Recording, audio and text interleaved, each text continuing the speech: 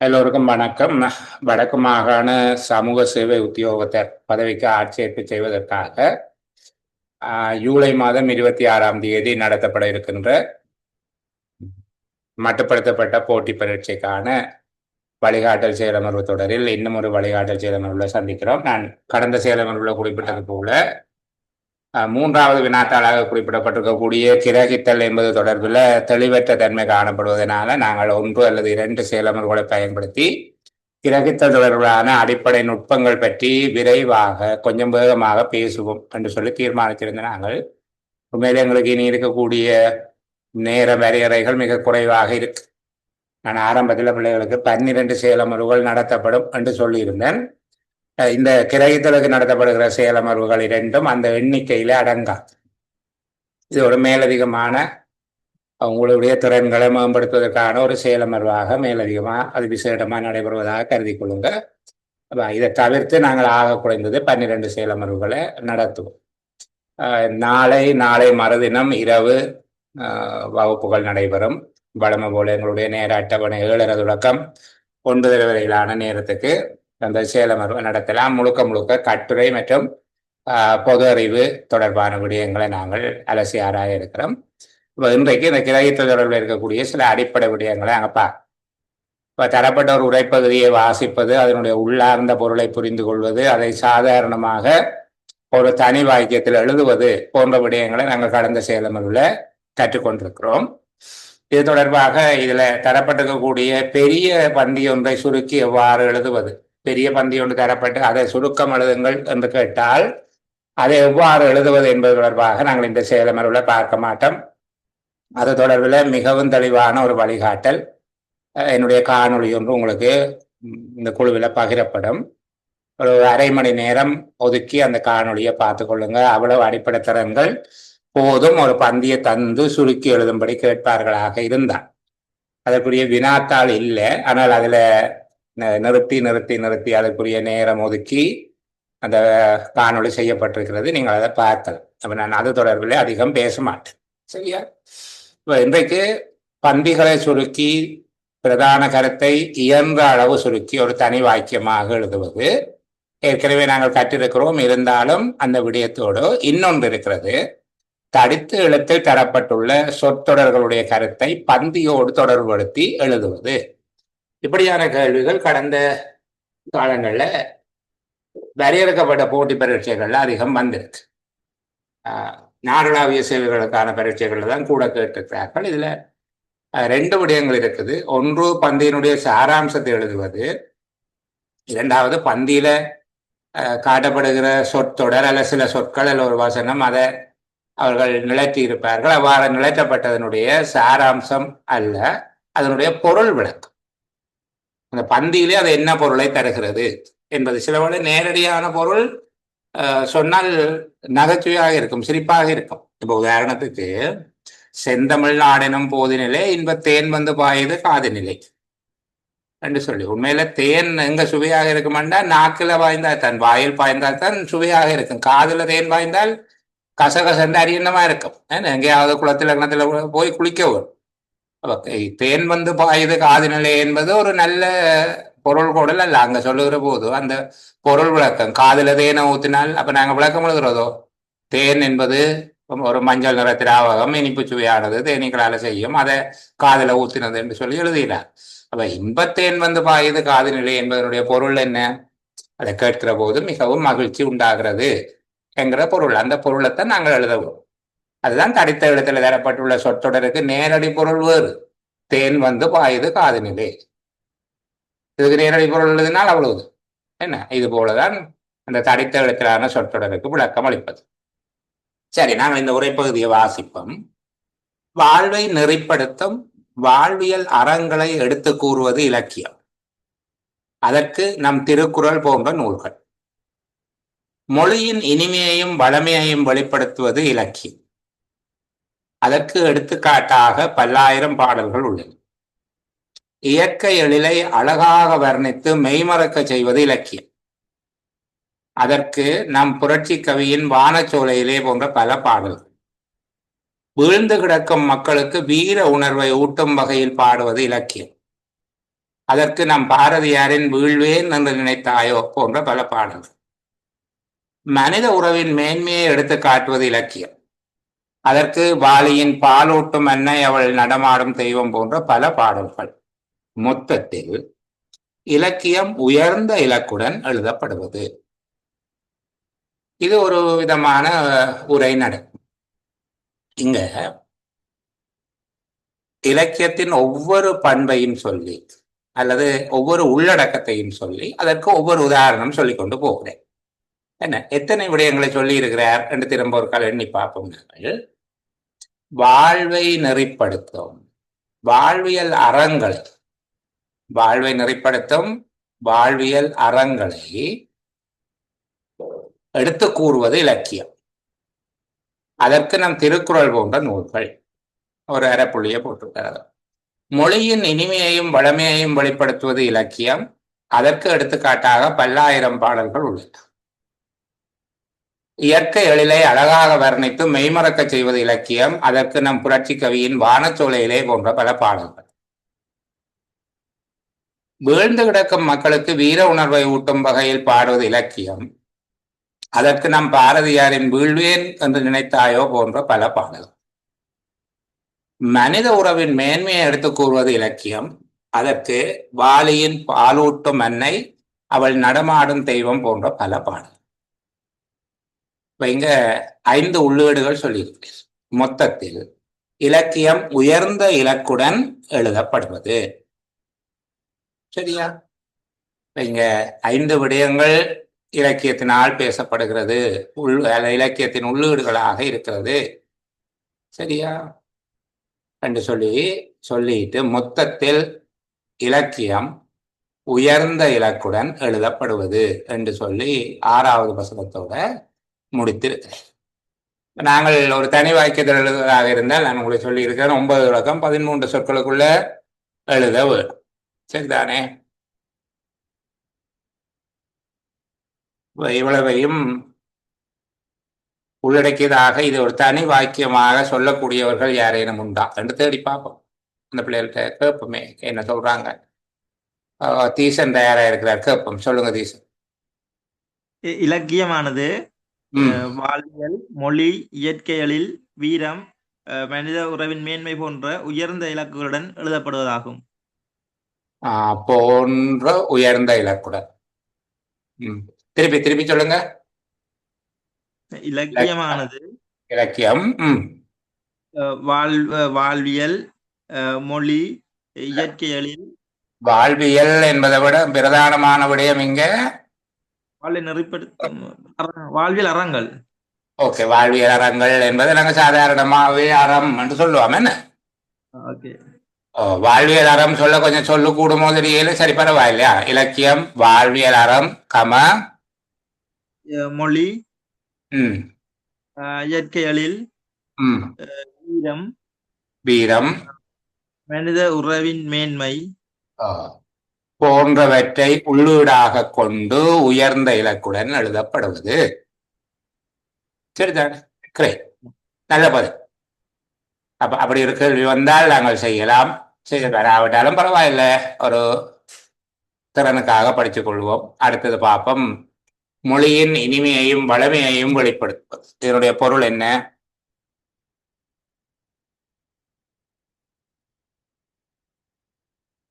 மொழியின் இனிமையையும் வளமையையும் வெளிப்படுத்துவது. இதனுடைய பொருள் என்ன? யார் சொல்ல போறது? யாராவது ஒரு ஆள் சொல்லுங்க. பிரச்சனை இவர் அவருடைய கேட்கையில நீங்களே சொல்லிக் கொள்ளுங்க.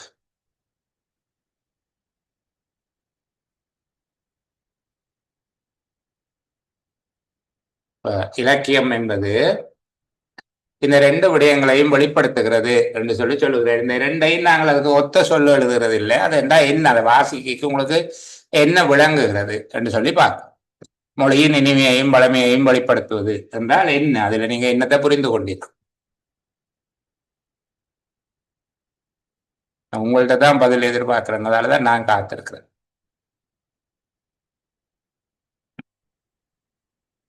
விக்னேஷ் கதைங்க பாபு. பிள்ளையா கதைச்சா பரவாயில்ல.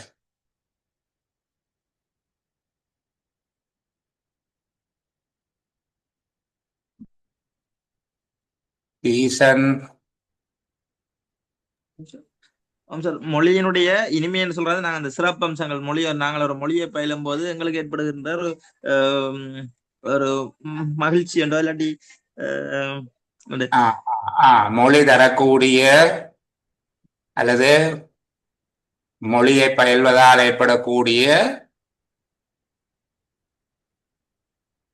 மகிழ்வு என்ன மொழியை பயில்வதால் ஏற்படக்கூடிய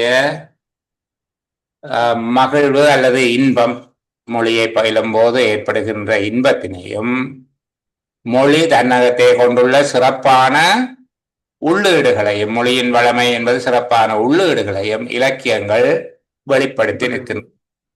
இப்படி எழுதினா சரி. இந்த வகையாக நிகழ்த்தி யோசித்துக் கொள்ளுங்க. நான் அதிகம் செலவு செய்ய இல்லை, செலவு செய்கிற நேரம் பயனுள்ளதா இல்லையா என்ற சந்தேகத்தோடையே செலவு செய்து கொண்டிருக்கிறோம். ஆகவே பார்ப்போம். அடுத்த 2வது உரை பகுதியை போகிறேன். நவீன மீன்பிடி கைத்தொழில் மூலம் மீனவ உற்பத்திகளில் குறிப்பிடத்தக்க அளவிலான விருத்தியை பெற்றுக் கொள்வது எமது நோக்கமாகும். நவீன மீன்பிடி கைத்தொழில் மூலம் மீனவ உற்பத்திகளில் குறிப்பிடத்தக்க அளவிலான விருத்தியை பெற்றுக் கொள்வது எமது நோக்கமாகும்.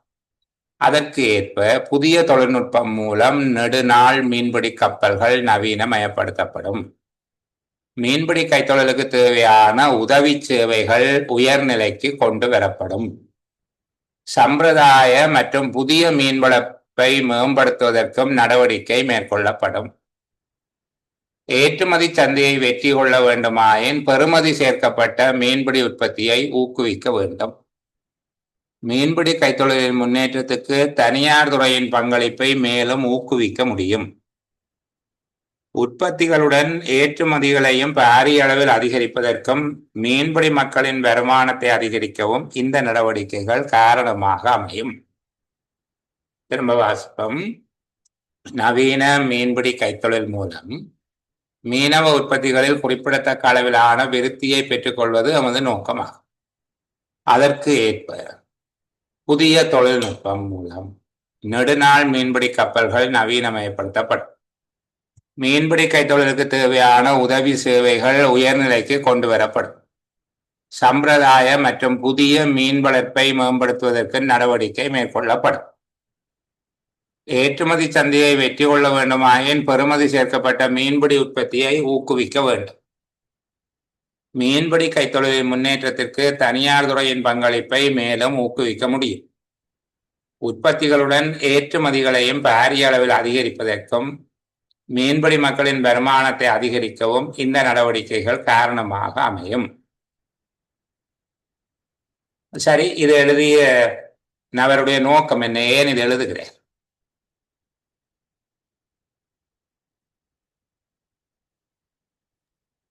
இது ஏனப்பா எழுதியிருக்கிறார்? கதைங்க யாராவது.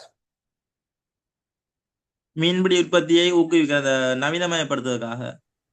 சரி, சோபிதா கதைங்க. மீன்பிடி உற்பத்தியை ஏற்றுமதிக்கு பங்களிப்பு செய்வதற்காக, வளர்ப்பதற்காக, அதாவது மீன்பிடி. சரி, வினோஜா கதைங்க. மீன்பிடி கைத்தொழில உற்பத்தியை அதிகரிச்சு ஏற்றுமதியை அதிகரிக்கிறது, மக்களுடைய வருமானத்தை அதிகரிக்கிறது. இது எழுதியவருடைய நோக்கம் சொல்லுங்க, ஏன் எழுதினார்? மீன்பிடி கைத்தொழிலின் நவீன தொழில்நுட்ப முக்கியத்துவம் விளக்குறது. முக்கியத்துவத்தை சொல்லுவது பரவாயில்லை, சரியான விட.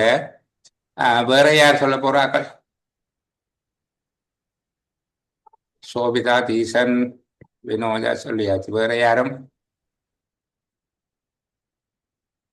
சரி, அப்ப பாப்பம். இந்த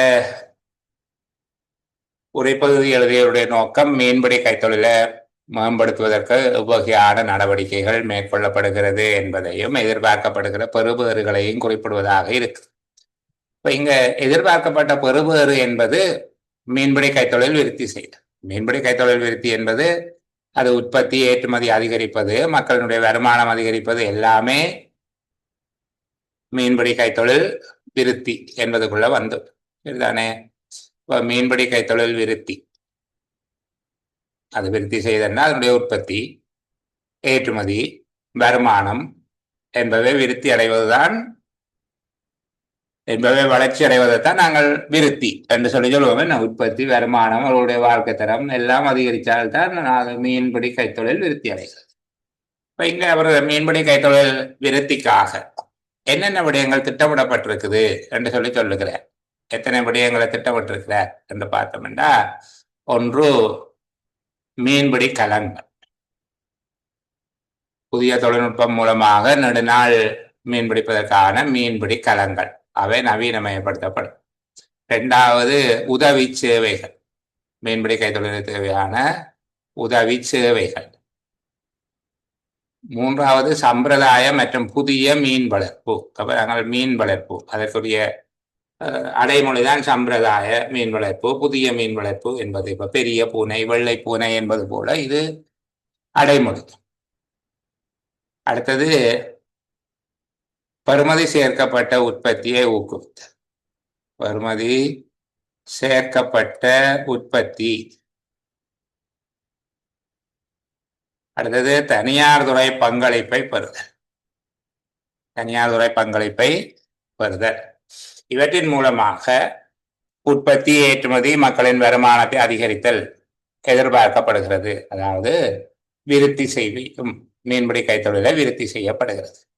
இப்போ மீன்பிடி கைத்தொழிலை விருத்தி செய்வதற்கு மீன்பிடி கலங்கள், உதவி சேவைகள், மீன் வளர்ப்பு, பெறுமதி சேர்க்கப்பட்ட உற்பத்தி, தனியார் துறை பங்களிப்பு என்பவற்றை மேம்படுத்துவதன் மூலமாக உயர் பெறுபவர்களை பெறுவதற்கு எதிர்பார்க்கப்படுகிறது.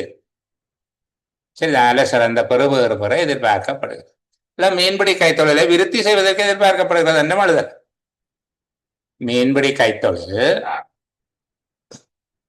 மீன்பிடி கப்பல்கள், உதவி சேவைகள், மீன் வளர்ப்பு, பெறுமதி சேர் உற்பத்தி, தனியார் பங்களிப்பு என்பவற்றை ஊக்குவிப்பதன் மூலமாக வளர்ச்சி பெற அல்லது மேம்படுத்துவதற்கு எதிர்பார்க்கப்படுகிறது என்பதாக சொல்லலாம். இந்த பெறுமதி சேர்க்கப்பட்ட மீன்பிடி உற்பத்தி என்றால் என்ன என்று சொல்லி, இந்த பெறுமதி சேர்க்கப்பட்டது என்ற வார்த்தையினுடைய விளக்கத்தை நான் உங்களுக்கு சொல்லுகிறேன். ஆக பெரிய அளவில் நம்ம பொருளியல் சார்ந்தெல்லாம் அங்கே யோசித்து கொண்டிருக்க தேவையில்லைங்கிற பரீட்சைக்கு இங்கே பெறுமதி சேர்க்கப்பட்ட உற்பத்திகள் என்கிறது அப்படி நேரடியாக அந்த பொருளை அப்படியே வழங்காமல் அதனை பதப்படுத்தி அதிக நிதி சார்ந்த நன்மைகள் கிடைக்கும் வகையில வழங்குவது. இப்போ உதாரணமாக உங்களுக்கு தெரியும், பாலை நேரடியாக உடன் பாலாக விற்பனை செய்வதற்கு பதிலாக அந்த பால் அதற்கு கொக்கோ பவுடரும் சிறிது இனிப்பும் சேர்க்கப்பட்டு பதப்படுத்தப்பட்டு பைகளில் அடைக்கப்பட்டு மைலோ என்கிற பெயர்ல விற்பனை செய்யப்படுகிற போது அதனால கிடைக்கிற வருமானம் கூட. சரிதானே? நீங்க 1 லிட்டர் பாலை கொடுத்தால் அவர்கள் அதை கொண்டு போய் எனக்கு ஞாபகம் இல்லை ஒரு பேக்கெட்ல எவ்வளவு இருக்கும் அப்படின்னு சொல்லி, அதனால ஆக குறைந்தது 10 பேக்கெட் இருக்கும் இன்னைக்கு. சரிதானே? இப்ப 1 லிட்டர் பாலை அவர்கள் 10 பேக்கெட்ல அடைக்கிறார்கள். 10 பேக்கெட்டினுடைய விலைங்கிறது மிக அதிகம். 1 லிட்டர் பாலினுடைய விலையை போல பல மடங்கு. ஆனால் அவர்கள் செய்கிறது இங்கே இருந்து அந்த பாலை யாழ்ப்பாணத்திலேருந்து ஏற்றி கொண்டு போய் குருநாகல்ல அதற்கு கொக்கோ பவுடரும் இனிப்பும் சேர்த்து பேக்கெட்டில் அடைச்சு அதை பதப்படுத்தி பழுதடையாமல் அதை பதப்படுத்தி பேக்கெட்டில் அடைக்கிறார்கள். அதே போலதான் இங்கே அவர்கள் சொல்லுகிறார்கள், பெறுமதி சேர்க்கப்பட்ட உற்பத்தியை ஊக்குவிக்க வேண்டும் என்று சொல்லி. அப்போ மீன் உற்பத்திகள் பெறுமதி சேர்க்கப்படுதல் என்பதனுடைய பொருள் அவை பாதுகாக்கப்பட்ட அல்லது பதப்படுத்தப்பட்ட உற்பத்திகளாக மாற்றப்பட்டு அவற்றிலிருந்து உயர்ந்த வருமானத்தை பெறத்தக்கவையாக விற்பனை செய்யப்படுவது என்பதை குறிக்கும். மீன்பிடி சார்ந்த உற்பத்திகள் பதப்படுத்தப்பட்டு பழுதடையாது பதப்படுத்தப்பட்டு அவற்றுக்கு சிறந்த பொதியிடல் மற்றும் சந்தை வடிவங்களில் விற்பனை செய்வதை குறிக்கிறது என்பதாக பார்த்துக்கொள்ளே. சரிதானே? இப்படியான பந்திகள் சில வேளைகளில் வந்தால் நீங்கள் பார்த்து விடையளிக்கக்கூடியதாக இருக்கும். இனி நாங்கள் அதிகம் யோசிக்க தேவையில்லை. மற்றது சில வேளைகளில் ஒரு உரைப்பகுதியை தந்து போட்டு அந்த உரைப்பகுதியில் உங்களுக்கு கேள்விகளை கேட்பார். ஒரு உரைப்பகுதி அதில் இருந்து கேள்விகளை கேட்குற மாதிரி இதில் இருக்கிற விடயம் அவ்வளவு பொருத்தமான உரைப்பகுதி எங்களுக்கு இல்லை என்கிறதால நான் இது சம்பந்தமாக எங்களுடைய ஏற்கனவே கட்டுரைக்காக தயார்படுத்தப்பட்ட முதியோர் தொடர்பான விடயங்கள் அல்லது மாற்றுத்திறனாளிகள் தொடர்பான விடயங்களை ஒரு பந்தியாக வகுத்தமைத்து அதில் இருந்து சில கேள்விகளை அடுத்து வருகிற செயலமர்களை கதைப்போம். அப்போ அது தரப்பட்ட பந்தியை வாசித்து அதில் இருந்து விடையளிக்கிற விதமாக இருக்கும். ஆனால் எங்களுடைய விடய பரப்புக்குள்ள பரீட்சை இல்லையினுடைய விடய பரப்புக்குள்ள வருகிறதாக இருக்கும். அப்போ அதனால நான் இந்த பந்தியை தவிர்த்துக் கொள்கிறேன். இந்த பகுதியை கொஞ்சம் பார்ப்போம். 4வது வினா வகை இது கொஞ்சம் பார்ப்போம். இது எங்களுடைய புரிதலுக்காகவும் மற்ற ஓரளவுக்கு சமூக நலன் சார்ந்த சுகாதாரம் சமூக நலன் சார்ந்த உரைப்பகுதியாகவும் இருக்கிறதுனால இந்த உரைப்பகுதியை புரிந்து கொள்வதற்கு முயற்சி செய்யும். கீழ்வரும் உரைப்பகுதியை வாசித்து இலக்கம் 1 முதல் 10 வரையில் தரப்பட்டுள்ள கூற்றுக்களுக்கு நன்கு பொருந்துகின்ற விடையை தெரிந்து அதன் இலக்கத்தை அந்தந்த கூற்றுக்கு எதிரே உள்ள அடைப்புக்குள் எழுதுக. இது உங்களை போல ஒரு MN5 தரத்திலான சம்பளம் வழங்குகிற பதவி ஒன்றுக்கு ஆட்சேர்ப்பு செய்வதற்காக நடத்தப்பட்ட போட்டி பரீட்சையின் கடந்த கால வினாத்தான். ஓரளவுக்கு எங்களுக்கு வருகிற உரைப்பகுதிகளினுடைய தரம் அல்லது கடினத்தன்மை என்பது இது ஒத்ததாக இருக்கலாம். இது பதிவாளர் சேவைக்கு நடைபெற்ற பரீட்சை, ஏரியார் என்று சொல்லுவீங்க, பதிவாளர் சேவைக்கு நடைபெற்ற பரீட்சையினுடைய கடந்த கால வினாத்தாளில் இருந்து தொகுக்கப்பட்ட ஒரு வினா. இப்போ இந்த உரைப்பகுதி அளவுக்கு தான் நாங்கள் எதிர்பார்க்கலாம். இதை விட மிகவும் கடினமான உரைப்பகுதிகள் வராது எங்களுக்கு பரீட்சைக்கு வருவதாக இருந்தது. சரி, இதை பார்ப்போம். பிரதானமாக பரவலான சுகாதார சேவைகள் மற்றும் கல்வி வாய்ப்புகளின் பெருக்கம் என்பவற்றின் விளைவாக 2வது உலகப் போருக்கு பிற்பட்ட காலத்தில் இலங்கையின் மரண விகிதத்தில் கணிசமான அளவில் வீழ்ச்சி ஏற்பட்டுள்ளது. இது உங்களுடைய சாதாரண கட்டுரையாக்கத்துக்கு இந்த மாதிரியான உரைப்பகுதியை நீங்க பயன்படுத்த சரிதானே. இலங்கையில் இருக்கக்கூடிய முதியோர்களுடைய சனத்தொகை அதிகரிப்பு என்பதை நாங்கள் அணுகுகிற போது இப்படி எழுதலாம். சுதந்திரத்துக்கு பிற்பட்ட காலத்துல சுகாதார சேவைகளினுடைய பரவலான வளங்கள் மற்றும் கல்வி வாய்ப்புகளினுடைய பெருக்கம் என்பவற்றினால 2ஆம் உலகப் போருக்கு பிற்பட்ட காலத்துல இலங்கையின் மரண விகிதத்தில், அதாவது 1000 பேருக்கு இறப்பவர்களுடைய எண்ணிக்கை மரண விகிதத்தில் கணிசமான அளவில் வீழ்ச்சி ஏற்பட்டுள்ளது. வாழ்க்கை தரத்தில் ஏற்பட்ட விருத்தி, சிறந்த பொது சுகாதார நிலைமைகள், நோய் தடுப்பு திட்டங்களின் பரவலான உபயோகம் என்பனவும் இந்த முன்னேற்றத்தில் மிக முக்கியமான பங்கினை வகித்துள்ளன. பாதைகள் மற்றும் போக்குவரத்து வசதிகள் என்பவற்றின் விரிவான ஒரு வலையமைப்பு கிராம பிரதேசங்களுக்கும் சுகாதார வசதிகளை எடுத்து சென்றிருந்தது. தனிநபர்கள் நீண்ட காலம் வாழ்ந்து வரும் பொழுதும் அந்த நீண்ட ஆயுளின் வாழ்க்கை தரம் முக்கியமான ஒரு பிரச்சனையாக இருந்து வரும் சந்தர்ப்பங்களிலும் மக்கள் தம்மை தாமே சில கேள்விகள் கேட்டுக்கொள்கின்றனர். நாங்கள் ஆரோக்கியமாக நீண்ட காலம் வாழ்ந்து வருகின்றோமா, அல்லது எமது நீண்ட ஆயுள் காலத்தில் கணிசமான ஒரு பகுதியை நோயிலும் மனநல ஒழுங்கீனங்களிலும் நலிவுற்ற நிலையிலும் கழித்து வருகின்றோமா போன்ற கேள்விகளை அவர்கள் எழுப்பி வருகின்றார்கள். ஆரோக்கியமான வாழ்க்கை என்பதன் பொருள் அன்றாட கர்மங்களில் வரையறைகள் அற்ற விதத்தில் ஆயுள் நீடிப்பு என பொதுவாக கருதப்படுகிறது. அது சுறுசுறுப்பான ஆயுள் எல்லை அல்லது நலிவு நிலைமையற்ற ஆயுள் எல்லை என்றும் அழைக்கப்படுகின்றது. ஆரோக்கியமான ஆயுள் எல்லை என்பது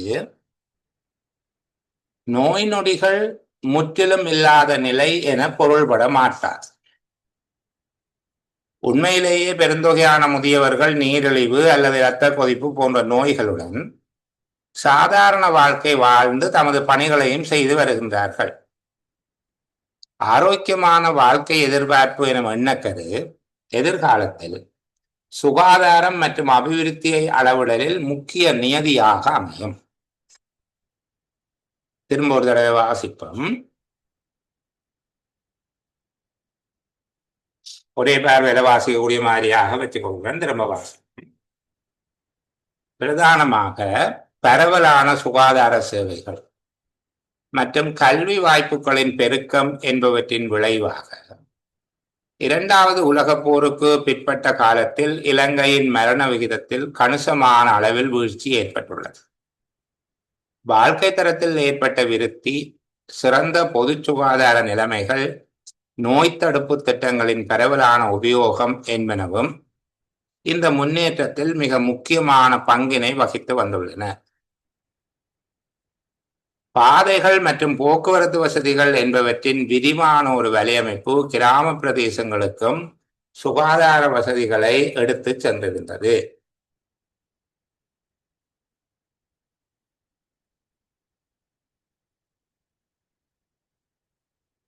தனிநபர்கள் நீண்ட காலம் வாழ்ந்து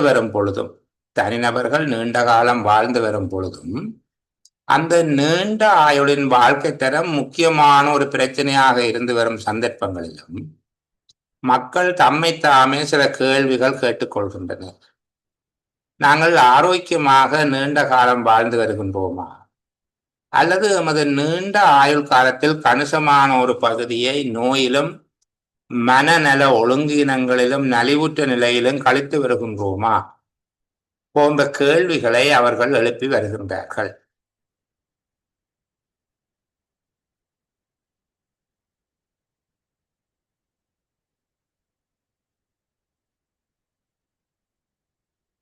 ஆரோக்கியமான வாழ்க்கை என்பதன் பொருள் அன்றாட கர்மங்களில் வரையறைகள் அற்ற விதத்தில் ஆயுள் நீடிப்பு என பொதுவாக கருதப்படுகிறது. அது சுறுசுறுப்பான ஆயுள் எல்லை அல்லது நலிவு நிலைமையற்ற ஆயுள் எல்லை என்றும் அழைக்கப்படுகின்றது. ஆரோக்கியமான ஆயுள் எல்லை என்பது நோய் நொடிகள் முற்றிலும் இல்லாத நிலை என பொருள்பட மாட்டார். உண்மையிலேயே பெருந்தொகையான முதியவர்கள் நீரிழிவு அல்லது இரத்த கொதிப்பு போன்ற நோய்களுடன் சாதாரண வாழ்க்கை வாழ்ந்து தமது பணிகளையும் செய்து வருகின்றார்கள்.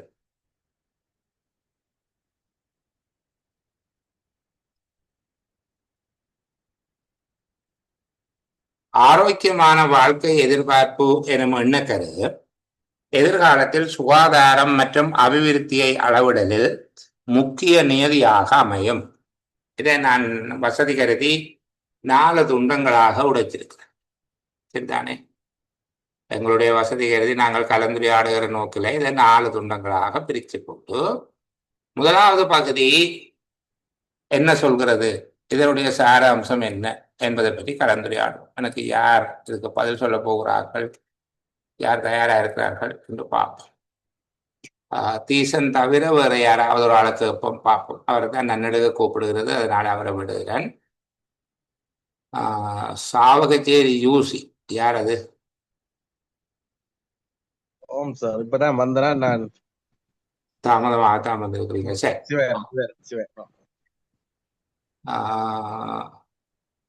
கிருசாந்த் ஜி, கிருசாந்த் அதை எங்க பார்ப்போம். சார் நான் இப்ப வந்தேன் சார். ஓகே, விக்னேஷ்.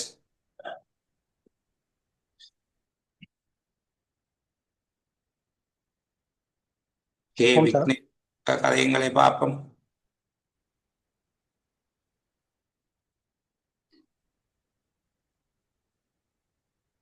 சோபிதா, நீங்க வாங்க பார்ப்போம்.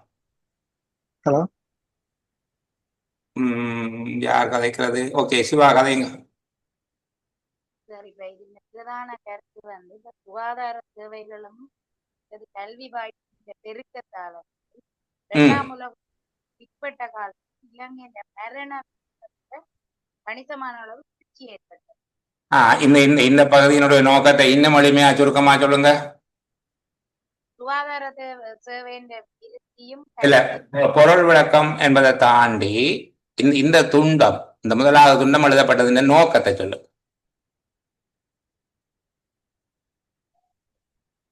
அதுல சாராம்சம் வேண்டாமா? இது சொல்லுங்க. இது ஏன் இந்த கேள்வி? ஏற்பட்ட வீழ்ச்சியை பற்றி என்ன சொல்லி இலங்கையில மரண வீதம் வீழ்ச்சி அடைந்தமைக்கான காரணங்களை பேசுவது. இலங்கையில் இறப்பு வீதம் வீழ்ச்சி அடைந்தமைக்கான காரணங்களை பேசுவது இந்த முதலாவது துண்டத்தினுடைய நோக்கம். எத்தனை காரணங்களை சொல்லுகிறார்?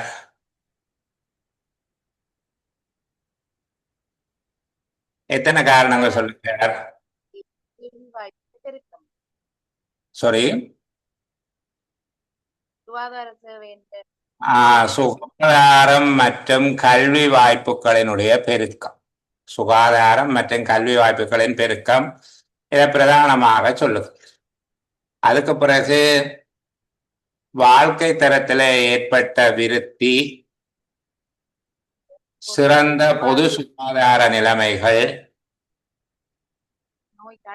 நோய் தடுப்பு திட்டங்களின் பரவலான உபயோகம்.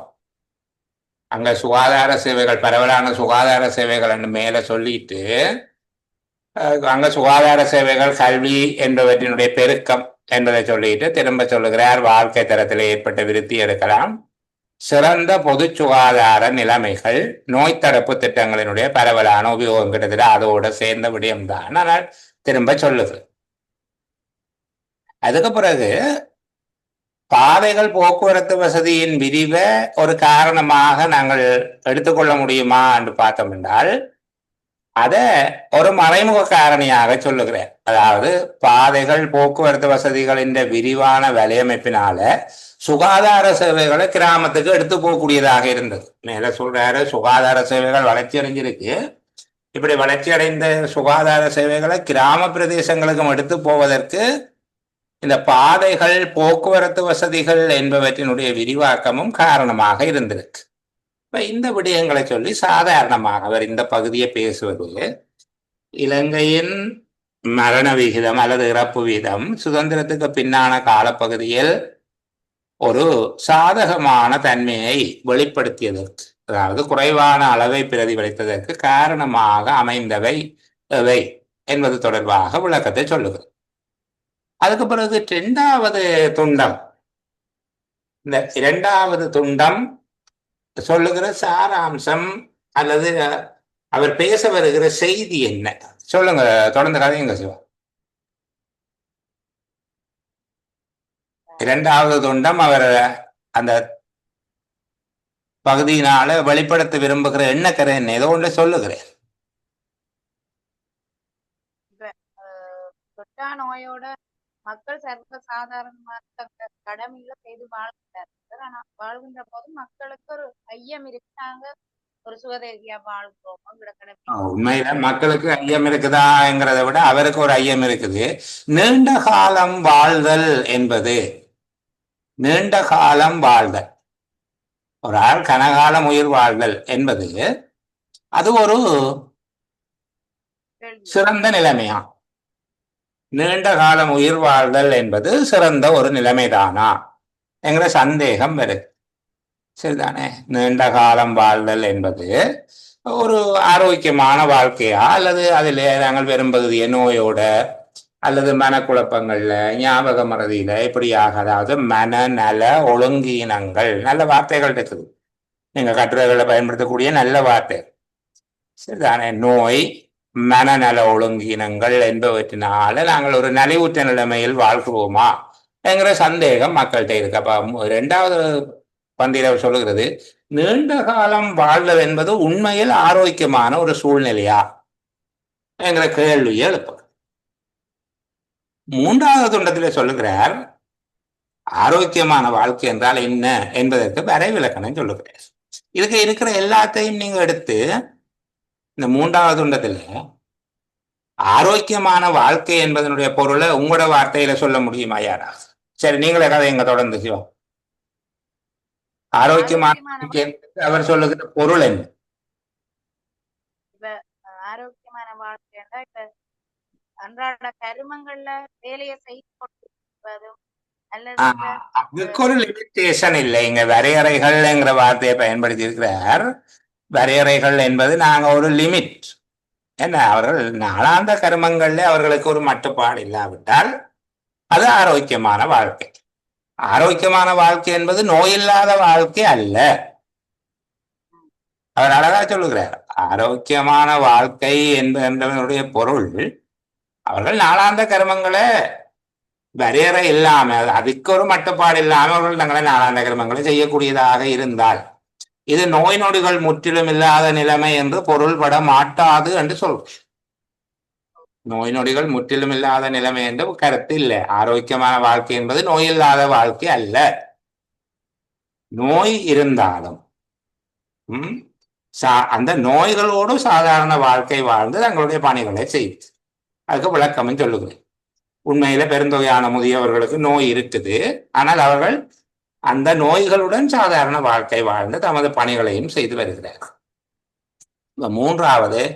முதலாவது கேள்வி இலங்கையினுடைய இறப்பு வீதம். முதலாவது துண்டம் இலங்கையினுடைய இறப்பு வீதம் வீழ்ச்சி அடைவதில், சுதந்திரத்துக்கு பிற்பட்ட காலப்பகுதியில் வீழ்ச்சி அடைவதில் செல்வாக்கு செலுத்திய காரணங்கள். இரண்டாவது, நீண்ட காலம் வாழ்தல் என்பது ஆரோக்கியமான ஒரு நிலைமையா என்பதை பற்றிய ஒரு சந்தேகம். மூன்றாவது, ஆரோக்கியமான வாழ்க்கை என்பதற்கான பொருள் கூடல், அதற்கான உண்மையான விளக்கத்தை சொல்லுகிறேன். நான்காவது, இது எதிர்காலத்தின் அபிவிருத்தி அளவீடுகளில் ஒன்றாக முதன்மை வரும். ஆரோக்கியமான வாழ்க்கை எதிர்பார்ப்பு. இப்ப ஆரோக்கியமான வாழ்க்கை எதிர்பார்ப்புன்னா என்னன்னு எங்களுக்கு தெரியுது. அதாவது தங்களுடைய கர்மங்களை தாங்களே செய்து கொண்டு வாழக்கூடிய வயசு. நாளாந்த கர்மங்களை தடையின்றி செய்தவாறு வாழக்கூடிய வயதுதான் ஆரோக்கியமான வாழ்க்கை எதிர்பார்ப்பு. இது இன்னும் இந்த அளவீடுகள்ல வர இல்லை. மரண வீதம் அளவீட்டுல இருக்கு, சரிதானே? அல்லது சராசரி ஆயுட்காலம் என்றது இருக்குது. இந்த சராசரி ஆயுட்காலம்ங்கிறது வேற, இது ஆரோக்கியமான ஆயுட்காலம். ஆரோக்கியமான ஆயுட்காலம் என்றால் நோய் நொடி இருந்தாலும் அதோட வேலை செய்து வாழக்கூடிய வயது என்ன என்கிறது எதிர்காலத்தில் சுகாதாரத்தையும் அபிவிருத்தியையும் அளவிடுவதற்கான ஒரு கருவியாக இருக்கும். இந்த உரைப்பகுதியை நாங்கள் கவனத்துக்கு எடுத்ததுக்கு காரணம், இது எங்களுடைய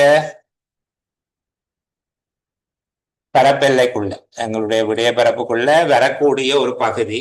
இப்படியாக நாங்கள் புரிந்து கொள்கிறோம். இதை ஒரு கட்டுரையில எங்களுடைய கருத்தாக நாங்கள் பயன்படுத்தலாம். முதியோர் என்பது அவர்கள் நோய்களால் பீடிக்கப்பட்டவர்கள் என்று சொல்லி கருதப்பட்டாலும் அவர்கள் ஆரோக்கியமான வாழ்க்கை வாழ்வதாக நாங்கள் கருத வேணும். அவர்கள் தங்களுடைய நாளாந்த கர்மங்களை தடையின்றி செய்யக்கூடிய விதமாக அரசாங்கத்தினால இன்னைக்கு சுகாதார பராமரிப்பு வசதிகள் தொடர்ச்சியாக வழங்கப்படுது. அவர்களுக்கு என்ன கிளினிக் இருக்குது, அதை விட உபகரணங்கள் கொடுக்கறது, கண்ணாடி கொடுக்கறது, கண்ணுக்கான சிகிச்சை செய்கிறது, இந்த மாதிரி நிறைய வசதிகள் செய்து கொடுக்கிறார்கள். அப்ப இந்த விடயத்தை கொண்டு போய் பொருத்தக்கூடிய மாதிரி எங்களுக்கு ஒரு சின்ன அறிவு இதுக்குள்ள இருக்கு. இப்ப கேள்விக்குள்ள போவோம். இலங்கையில் மரண வீதம் கணிசமாக குறைந்தமை. முதலாவது கேள்வி கேட்கிறாங்க. இலங்கையில் மரண வீதம் கணிசமாக குறைந்தமை இரண்டாம் உலகப் போர் முடிவுற்றமையால், பெருகிய சுகாதார கல்வி சேவைகளால், நோய் தடுப்பு திட்டங்கள் தோல்வியுற்றமையால் சிறந்த பொது சுகாதார சேவை கிடைக்காது.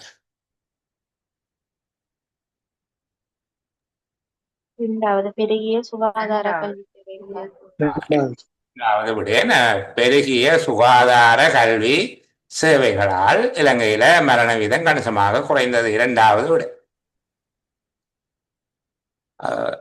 இவ்வுரைப்பகுதியின்படி இரண்டாம் உலகப் போருக்கு பின்னான இலங்கையில் மக்களின் வாழ்க்கை தரத்தில் விருத்தி ஏற்படவில்லை, நோய் தடுப்பு சிறந்திருந்தது.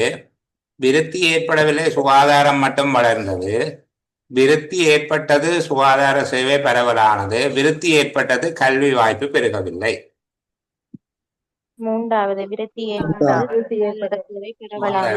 பரவலானது. அப்ப நாங்கள் எங்க கீற வேணும், எழுத வேணுமே நான் மூன்றாவது என்று சொல்லி கவனமா இருக்க வேணும். சில வேளை நல்லா விட தெரியும் பிள்ளைகள் இங்க எழுதுறதுக்கு பதிலாக சரியான விடைக்கு கீறி போட்டு வந்தா புள்ளி போட மாட்டினோம். வடக்கு மாகாணத்துல அண்மையில எல்லாம் அதுக்கு முன்னர் நடந்த ஒரு பரீட்சையில 10 வினாக்கள் சரியாயின் சரியெனவும் பிழையாயின் பிழையெனவும் எழுதுக என்று சொல்லி போட்டிருந்தார்கள். சரிதானே? சரியாயின் சரி எனவும் பிழையாயின் பிழை எனவும் எழுதுக என்று சொல்லி இப்படி எழுதி காட்டியிருந்தார். அப்போ எங்கட பிள்ளைகள் என்ன செய்தாங்கண்டா சரி என்றா இப்படி சரி என்று போட்டாங்க, பிள்ளை என்றா இப்படி பிள்ளை என்று போட்டாங்க. அப்படி புள்ளடி போடுகிறவர்கள் சரி போடுகிறவர்களுடைய விடைகளை திருத்த வேண்டாம் என்று சொல்லி பரீட்சகர்களுக்கு அறிவிக்கப்பட்டிருந்தது. விடைத்தாள் திருத்தினர்களுக்கு அறிவிக்கப்பட்டிருந்தது அவ்வாறு புள்ளியிட வேண்டாம், அதை கவனத்தில் எடுக்க வேண்டாம் என்று சொல்லி. அதே போல உங்களுக்கு சரியான விடைகள் தெரிந்திருந்தாலும் அறிவுறுத்தலுக்கு அமைவாக விடையளிக்காவிட்டால் விளைவுகள் கவலையாக வரும். அப்ப கவனமா இருக்கணும், அறிவுறுத்தலை பாவிச்சு எழுதவும். சரியா? சரி. கிராமப்புறங்களுக்கும் சுகாதார வசதி சென்றமைக்கும் முதன்மை காரணம் பரவலான சுகாதார சேவை, மரண விகிதம் குறைந்தமை, நோய் தடுப்பு திட்டம், பாதை விரிவாக்கம் பெற்ற போக்குவரத்து வசதி.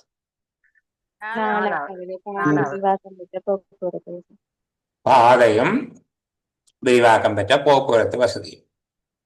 மக்கள் தம்மைத்தாமே கேள்வி கேட்கும் சந்தர்ப்பம், நீண்ட ஆயுளின் வாழ்க்கை தரம் பிரச்சனை ஆகும் சந்தர்ப்பம், கிராமப்புறத்துக்கு சுகாதார சேவை வராத சந்தர்ப்பம், வாழ்க்கை தரம் உடல் ஆரோக்கியத்தை கெடுக்கும் சந்தர்ப்பம், தனிநபர் நீண்ட காலம் வாழ முடியாது போகும் சந்தர்ப்பம்.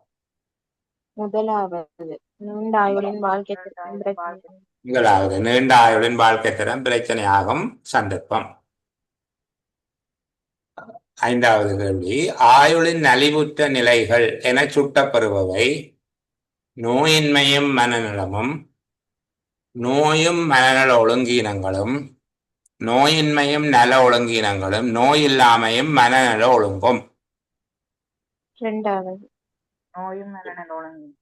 இரண்டாவது இதுல பாசிட்டிவ் நெகட்டிவ், அதாவது சிறந்தவை சவாலானவை. முதலாவதுல இரண்டும்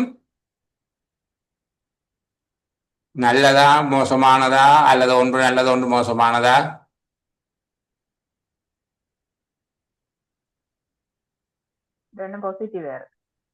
ரெண்டுமே நேர்கணியம். நோயின்மை மனநலம் என்ன ரெண்டுமே பிளஸ். ரெண்டாவதுல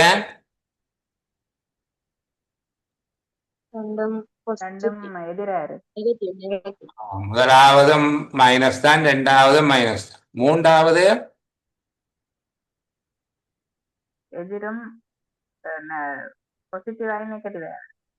முதலாவது ரெண்டாவது தான் பிரச்சனைக்குரியதாக இருக்கு. நான்காவது ரெண்டுமே பாசிட்டிவ்.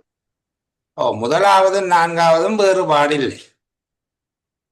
முதலாவதும் நான்காவதும் வேறுபாடில்லை. நோயின்மை கீழே நோய் இல்லாமை என்று போட்டிருக்கு. அங்க மனநலம், இங்க மனநல ஒழுங்கு என்று போட்டிருக்காரு. ஒரே விடயம், சொற்கள்ல தான் வேறுபாடு இருக்கு.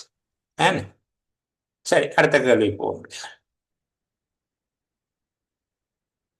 இப்ப இந்த கேள்வியை பார்க்கிற போது இது நான் தயாரித்த கேள்வி இல்லையா, நான் முதலே சொல்லிட்டேன் உங்களுக்கு. இது ஒரு போட்டி பரீட்சை, தேசிய ரீதியான ஆட்சேர்ப்பு செய்வதற்கான போட்டி பரீட்சையில வந்த வினா. இப்போ இது மாதிரியாக உங்களுக்கு வினாக்கள் வந்ததுன்னா சந்தோஷம், பரவாயில்லை, எங்களுக்கு பந்திய வாசித்து விளங்கி விட எழுதக்கூடியதாக இருக்குது என்ற ஒரு மகிழ்ச்சியா இருக்கும். ஆரோக்கியமான வாழ்க்கை என்பது அன்றாட கடமைகளில் வரையறை உள்ள அளவில் ஆயுள் நீடிப்பு, தினசரி கர்மங்களில் நலமாக ஈடுபடுதல், அன்றாட வேலைகளில் வரையறையற்ற விதத்தில் ஆயுள் நீடிப்பு, தினமும் உடற்பயிற்சி செய்து கடமைகளில் ஈடுபடுதல். மூன்றாவது அன்றாட வேலைகளில் வரையறையற்ற விதத்தில் ஆயுள் நீடிப்பு. மூன்றாவது கர்மம். இரண்டாவது சரி, ஆனால் அதுல அந்த ஆயுள் நீடிப்பை பற்றி சொல்லாதபடியால அதே விடயம்தான். தினசரி கர்மங்களில் நலமாக ஈடுபடுதல் என்பது வேறு, தடையில்லாமல் ஈடுபடுதல் என்பது வேறு. தடையில்லாமல் ஈடுபடுகிற போது நலக்குறைபாடு இருக்கலாம், அவர்களுக்கு நோய் இருக்கலாம். அது இரண்டாவது விட மூன்றாவது திருத்தமான விட. சுறுசுறுப்பான ஆயுள் எல்லை என்பது, சுறுசுறுப்பான ஆயுள் எல்லை என்பது சரி நாலாவது நலிவு நிலையற்ற ஆயுள் எல்லை. நலிவு நிலையற்ற ஆயுள் எல்லை. மற்றது சுறுசுறுப்பாக ஈடுபடும் வயதில்லை நாங்கள் சொல்லப்படையில்லை. நான் சுறுசுறுப்பு வேற, இது நலிவு நிலை உள்ள நலிவு அற்ற நிலையில் வேலைகளில் ஈடுபட முடியாததில்லை. 4வது, நலிவு நிலையற்ற ஆயுள் எல்லை. ஆரோக்கியமான ஆயுள் எல்லை 8வது. 4வது, சில நோய்கள் இருக்கலாம். நோய் முற்றிலும் இல்லாத நிலை அது தவறானது. நோய் முற்றிலும் இருக்க நிலை என்பது ஆரோக்கியமான ஆயுள் எல்லையே இல்லை. ஒரு நோயும் இருக்க மாட்டாது என்பது 1வது தான். 3வது வேறு மாதிரி எழுதியிருக்கு. 4வது, சில நோய்கள் இருக்கலாம் என பொருள்படும். 9, அபிவிருத்தி அளவிடலில் முக்கிய நியதியாக அமையக்கூடியது. 3வது, ஆரோக்கிய வாழ்வு எதிர்பார்ப்பு. சாரி, 3வது, அபிவிருத்தி அளவிடலில் முக்கிய நியதியாக அமையக்கூடியது ஆரோக்கிய வாழ்வு எதிர்பார்ப்பு. சரிதானே? ஆரோக்கியமான ஆயுட்காலமும் அதில் ஆயுள் எல்லை என்று சொல்லி போட்டுக்கிறாங்க. அதே சரி. இவ்வுரைப்பகுதியின் மைய கருத்து 2ஆம் உலகப் போரின் பின்னான இலங்கை பற்றியது, மரண விகிதம் குறைவுற்றமை பற்றியது, ஆரோக்கியமான ஆயுள் எல்லை பற்றியது, கிராம பிரதேசங்களுக்கும் சுகாதாரம் சென்றமை பற்றியது. 3வது, ஆரோக்கியமான ஆயுள் எல்லை பற்றியது. அப்ப விளங்குதா? உரையாசிரியருடைய பிரதான இலக்கு என்னவாக இருக்குது? இந்த உரைப்பகுதியில் அவர் 3 விடயமாக சொல்லுகிறார். ஆரோக்கியமான ஆயுள் எல்லை என்றால் என்ன? 1வது விஷயம் சொல்லுகிறார், இந்த காரணங்களால இலங்கையில இறப்பு வீதம் குறைஞ்சிட்டுது, அப்ப ஆயுள் எல்லை கூடுது. 2வது, அப்படி கனகாலம் வாழுகிற போது மக்களுக்கு சில கேள்விகள் வருகிறது. அந்த கேள்விகளுக்கான பதில 3வதாக சொல்லி 4வதாக அது ஒரு அபிவிருத்தி அளவீடாக முக்கியம் பெறும் என்று சொல்லுகிறார். ஆகவே முழுக்க இந்த உரைப்பகுதியை எழுதிய உரையாசிரியருடைய பிரதான மைய புள்ளியாக அமைந்தது ஆரோக்கியமான ஆயுள் எல்லையை பற்றி விவரிப்பதும் அதனுடைய முக்கியத்துவத்தை பற்றி சொல்வதுமாகத்தான் இருந்திருக்கிறது. ஆகவே 3வது சரியான விடை. சரியா? சரி, நான் ஏற்கனவே சொன்னது போல இந்த ஒரு பந்தி தந்து அதை சுருக்கி எழுதுவது தொடர்பாக நான் இந்த பந்தியை எடுத்து உங்களோட சேர்ந்து சுருக்கி எழுத இல்லை. ஒரு தடவை விளக்கத்துக்காக சொல்லி விடுகிறேன். இது தொடர்பாக இன்னொரு காணொலியும் போடுகிறேன். ஆர்வமுடையவர்கள் பார்க்கலாம். சோம்பல் இருக்கிறார்கள், அதை தவிர்த்துக் கொள்ளலாம், மட்டும் செய்யலாம் தானே. இப்படி ஒரு உரைப்பகுதி தந்தால் அதுல கேள்வி கேட்டால் என்ன அல்லது சுருக்கி எழுத சொன்னால் என்ன, 2க்கும் முன்பாக நீங்கள் அந்த உரைப்பகுதியை முழுவதுமாக வாசிங்க. தரப்பட்ட உரைப்பகுதியை அதுல கேள்வி கேட்க போயினோம் என்றால் கூட சரி, அல்லது அதை சுருக்கி எழுத சொல்லி கேட்டாலும் எங்களுக்கு விளங்குற வரைக்கும் அந்த உரைப்பகுதியை வாசிக்க வேணும். ஆக குறைந்தது 2 தரம், ஆக கூடினது 4 தரம் வாசிக்கிறேன். ஆகக்கான நேரம் எடுக்கக்கூடாது. 4 தரம் என்பது உச்சம் நான் சொல்லுகிறது. முதல் தரம் வாசிக்கிற நேரத்திலே இப்ப நான் இந்த பந்தியை உடைச்சேன் தானே, முதல் பந்தியை 4 துண்டங்களாக இங்க பேசப்படுகிற முக்கியமான கருத்துக்களை அப்படி கண்டுபிடிக்கக்கூடியதாக இருக்கும். அந்த முதல் உரைப்பகுதியை நான் உங்களுக்கு உடைச்சு காட்டினேன். முதல் பகுதி இலங்கையில் மரண விகிதம் சுதந்திரத்துக்கு பிற்பட்ட காலப்பகுதியில் வீழ்ச்சி அடைந்தமைக்கான காரணங்களை பேசுகிறது. 2வது, வாழும் காலம் அதிகரிக்கின்ற போது அது சிறந்ததா என்கிற கேள்வியை எழுப்புகிறது. 3வது, ஆரோக்கியமான ஆயுள் எல்லை என்பதை வரைவிலக்கணம் செய்கிறது. 4வது, ஆரோக்கியமான ஆயுள் எல்லை ஏன் முக்கியத்துவமானது என்பதை சொல்லுகிறது. 4 துண்டாக உடைத்தோம். அதே போல ஒரு உரைப்பகுதியை நீங்கள் 2 தடவைகளாவது வாசித்தால்தான் அதனை துண்டங்களாக உடைக்க முடியும். அதுக்காக ஒவ்வொரு வசனமும் முடிகிற முற்றும் புள்ளியில உடைக்கிறீங்க. இப்படியாக அந்த பேசு பொருளை அடிப்படையாக வைத்துக்கொண்டு 4, 5, 6 துண்டுகளாக உடைக்கக்கூடியதாக இருக்கும். ஆக கூடியது 6 துண்டாக உடைக்கக்கூடியதாக இருக்கும். சரிதானே? அப்போ அவ்வாறு துண்டங்களாக உடைக்கவும் அந்த பந்தியில இருக்கிற சொற்களினுடைய எண்ணிக்கையை எண்ண வேணும், தொட்டு எண்ண வேணும். ஒரு லைன்ல எத்தனை இருக்குன்னு பார்த்து மொத்த லைனால பெருக்கக்கூடாது. அது பிள்ளையானபடிய தரம். ஒரு பென்சிலால 1, 2, 3, 4, 5, 6, 7, 8, 9, 10, 11, 12 என்பதாக சொற்களை தொட்டு எண்ண வேணும். உங்களுக்கு ஆக கூடது 180 சொற்கள் தருவார்கள் என்றால் மிகவும் மெதுவாக 1, 2, 3, 4 இந்த விதத்துல எண்ணுவீங்க. இப்படி எண்ணினாலே உங்களுக்கு 3 நிமிஷம் தான் செல்லும். சரியா? 1 2 3 4 5 6 7 8 9 10 என்று எண்ணினால் 1 நிமிடம் 1.5 நிமிடம் ஆகி அதுக்குள்ளே எண்ணி போடு. அப்ப எண்ணி அந்த சொற்களினுடைய எண்ணிக்கை எழுத வேணும். 180 சொற்கள் இருக்குது, 150 சொற்கள் இருக்கிறது என்று சொல்லி எழுதும். எழுதி கொண்டு அந்த உரைப்பகுதியை துண்டுகளாக உடைக்க வேணும். ஒவ்வொரு துண்டினுடைய கருத்தையும் உங்களோட மொழிநடையில, உங்களோட மொழிநடையில இதுல இருக்கிற சொற்களை கடன் வாங்க தேவையில்லை. நீங்கள் அதனுடைய பொருளை ஒரு செய்கவழி பேப்பர்ல எழுத வேணும். முதலாவது துண்டம் அங்க பந்தியாக தந்தார்கள். 2 பந்தி 3 பந்தி தருவார்களாக இருந்தாலும் நீங்க சுருக்கம் எழுதிக்க ஒரு பந்தியாகத்தான் எழுத வேணும். சரிதானே? 2 பந்தி 3 பந்தி தந்தாலும் சுருக்கம் எழுதியக்கள ஒரு பந்தியாகத்தான் எழுத வேணும். அப்ப இப்படி துண்டா உடைச்சாச்சு. ஒவ்வொரு துண்டுக்கும் அதனுடைய கருத்தை, பிரதானமான கருத்தை ஒரு வசனமாக நீங்கள் முதல் பாத்தம் தனி வாக்கியத்தில் எழுதுவது என்பது போல அந்த ஒவ்வொரு துண்டுக்கும் தனி வாக்கியமாக எழுதி போட்டு நீங்க முதல் 180 சொற்கள் அல்லது 150 சொற்கள் என்ற சுருக்கம் 50 சொற்கள்ல வர வேணும். சரியா? அப்போ 5 துண்டோ 6 துண்டு இருக்குது, 6 வசனம் எழுதி போட்டீங்க. அந்த 6 வசனத்தையும் சேர்த்து ஒரு பந்தியாக வாசிக்கக்கூடியதாக இருக்குதா என்று பார்க்கவும். அங்க சில வேளையில சில சொற்களை போட்டு அந்த வசனங்களை இணைக்க வேண்டி இருக்கும். அத்துடன், ஆனால், மேலும் போன்றவற்றை சொல்ல வேண்டி வரும். இப்படியாக அதையும் போட்டுட்டு எண்ணி பார்க்க வேணும். சில வேளைகளில் ஒரு 55 சொல்லியிருக்கு. நீங்க 50 சொல்லில் எழுத வேண்டியதுக்கு 55 சொல்லியிருக்கும். அப்போ எங்கேயாவது சில சொற்களை கத்தரிக்கக்கூடியதாக இருக்கா, பொருள் குறையாமல் பொருள்ல மாறுபாடு வராமல் வெட்டக்கூடியதா இருக்கா என்று பார்க்கவும். அப்படி வெட்டிட்டு பார்க்குற நேரம் இப்ப சரியாக இருக்குது. முதல் எழுதின முதல் வாசித்த பந்தியை சொல்லுகிறேன். இப்போது ஆரோக்கியமான ஆயுள் எதிர்பார்ப்பு, இதுதான் இந்த கேள்வி. அதே போல ஒரு பொருத்தமான தலைப்பை நீங்க தீர்மானிக்கக்கூடியதாக இருக்கும். இந்த தலைப்பையும் தீர்மானித்து கொண்டு உங்களுக்கு தந்த இடத்துல கொண்டு போய் இந்த சுருக்கத்தை எழுத வேணும். நான் தலைப்பு போடுவது தொடர்பாக சொல்லுகிறேன். மேலதான் தலைப்பு போட வேணும். சில வேளையாக கேள்வியை பிறகு சொல்லுவார்கள். சொற்களின் எண்ணிக்கை 3 ஒரு பங்காக மாறு, சுருக்கி எழுதுக, பொருத்தமான தலைப்பு ஒன்றினையும் இடுக என்று சொல்லி போட்டிருக்காரு. அப்ப சுருக்கி எழுதி போட்டு அதுக்கு கீழே தான் தலைப்பு எழுதணும் என்று அப்படித்தானே அந்த ஒழுங்கு நான் கேட்டிருக்கேன். யோசிக்க தேவையில்லை. தலைப்பு என்றால் அதுக்கு மேலே போட்டால்தான் தலைப்பு.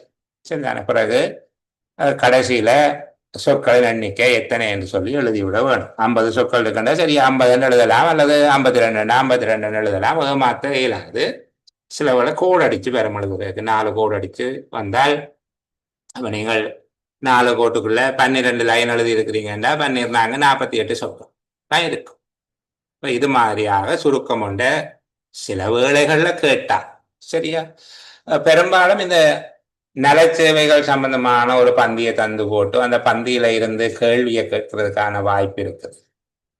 ஒரு உரைப்பகுதி சம்பந்தமாக, முதியோருடைய ஆரோக்கியம் சம்பந்தமாக, அல்லது வலுவிழந்தவர்களுடைய நிலைமை சம்பந்தமாக, அவர்களுடைய சமூக பொருளாதார நிலைமைகள் தொடர்பாக, பெண் தலைமைத்துவ குடும்பங்களினுடைய சமூக பொருளாதார நிலைமைகள் தொடர்பாக, இப்படியான விடயங்களை அவர்கள் உரைப்பகுதிகளாக கேட்கறதுக்கு, அல்லது ஒரு உரைப்பகுதியை தந்துட்டு அதுக்குள்ள கேள்வி கேட்கறதுக்கு, அந்த உரைப்பகுதி தொடர்பாக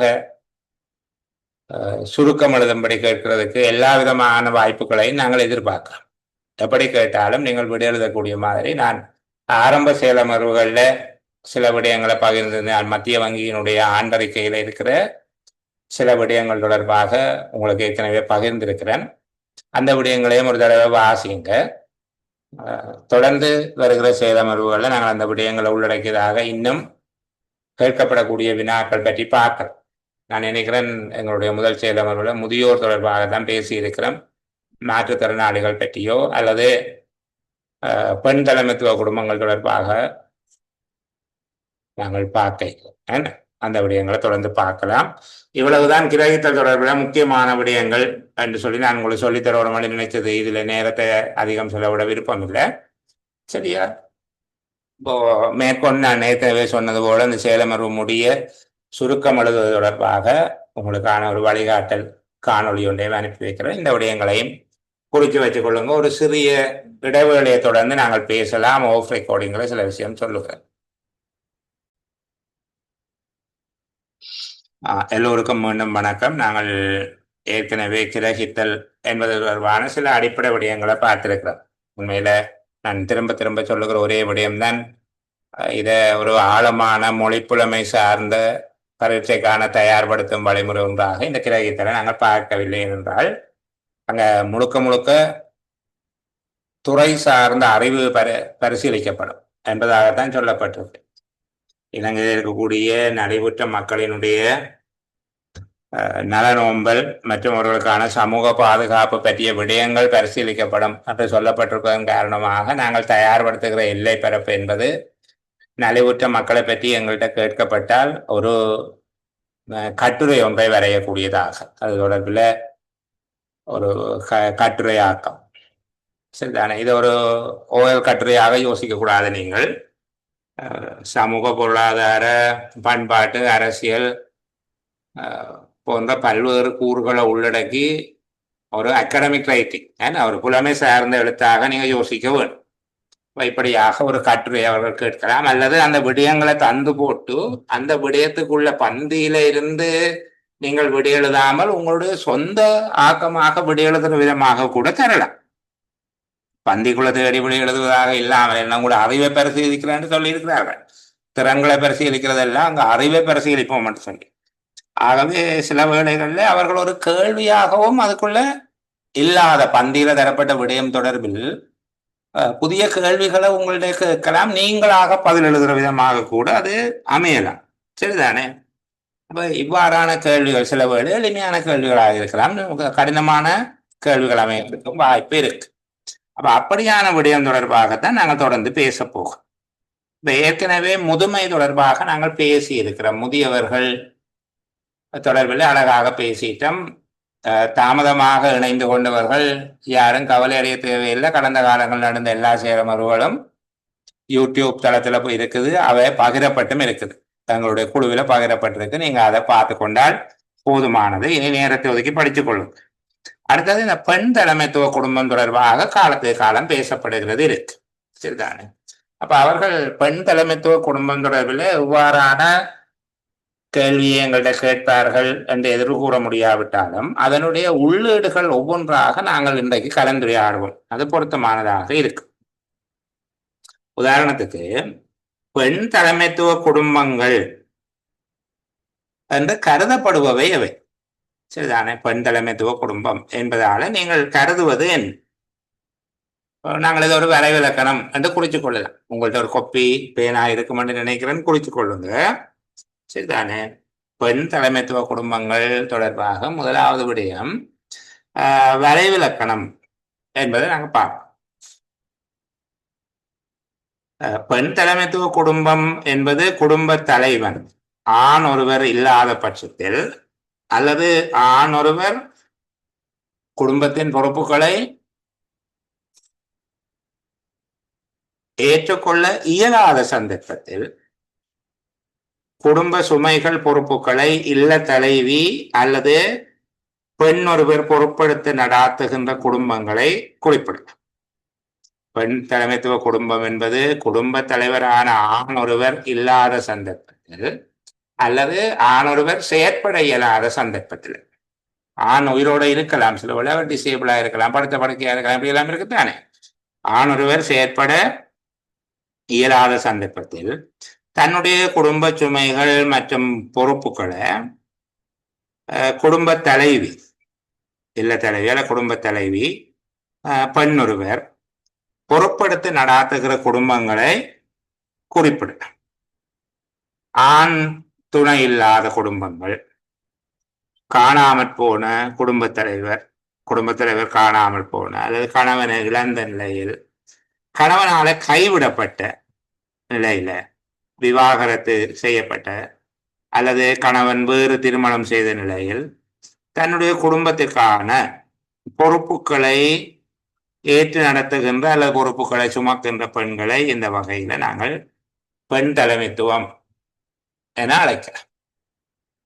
இங்க பெண் தலைமைத்துவம் ஏற்படுகிற சந்தர்ப்பங்களை நாங்கள் பார்க்கிற நேரத்துல ஆண் துணை இல்லாத சந்தர்ப்பம், கணவனை இழந்திருத்தல், கணவன் இயலாமையுடைய நபராக காணப்படுதல், கணவனால கைவிடப்படுதல், விவாகரத்து செய்தல், கணவன் வேறு திருமணம் செய்திருத்தல், பிரிந்து வாழ்தல் போன்ற பல்வேறு காணாமல் போதல், அது முக்கியமான ஒன்று, அதையும் சொல்லணும். போன்ற சந்தர்ப்பங்கள்ல குடும்பத்துக்கான முழு சுமைகளையும் பெண் ஒருவர் ஏற்று நடத்துகிற சந்தர்ப்பத்தில் நாங்கள் பெண் தலைமைத்துவ குடும்பங்கள் என்று சொல்லி சொல்லுது. இப்ப இங்க நாங்கள் அதோட சேர்த்து சொல்ல வேணும், பெண் தலைமைத்துவ குடும்பங்கள் ஏன் பரிதாபத்துக்குரியதாக நாங்கள் பார்க்கிறோம் என்று சொல்லி இங்க நாங்கள் சாதாரணமாக சொல்லிட்டு ஆணுக்கு பெண் சமம், ஆணுக்குரியதெல்லாம் பெண்ணுக்கும் வழங்க வேணும்னு சொன்னா அப்ப தலைமைத்துவத்தை பெண்ணு கொடுக்கறதுல எங்களுக்கு என்ன பிரச்சனை என்று சொல்லி ஒரு அடிப்படையான பிரச்சனை ஒன்று இருக்குது தானே. சரி, அப்ப பெண் தலைமைத்துவ குடும்பங்கள் தொடர்பில் அதே போல ஆண் தலைமைத்துவ குடும்பம் ஒன்று, பெண் இல்லாம ஒரு ஆண் இருக்கிற போதும் ஒரு நெருக்கடி ஒன்று இருக்குதானே. ஆனால் பெண்கள் தலைமை தாங்கும் குடும்பங்கள் தொடர்பில் ஒரு பரிதாபத்தன்மை அதிகமாக இருக்கு. இப்போ 2 வகைபாகம் இருக்கு குடும்பத்துல. ஒன்று பொருள் வளம் சேகரித்தல், பொருள் வளம் சேர்த்தல்னா அந்த குடும்பத்துக்குரிய வருமானத்தை உழைத்தல். 2வது குடும்பத்தின் நாளாந்த கர்மங்களை நிர்வகித்தல். இப்ப இந்த 2 பொறுப்புகளையும் காலமாக அல்லது பாரம்பரியமான குடும்பத்துல குடும்பத்துக்கான நிதி வளத்தை சேர்ப்பது ஆணுக்குரிய பொறுப்பாகவும், குடும்பத்தின் உள்ளக நிர்வாகத்தை மேற்கொள்வது பெண்ணுக்குரியதாகவும் இருந்தது.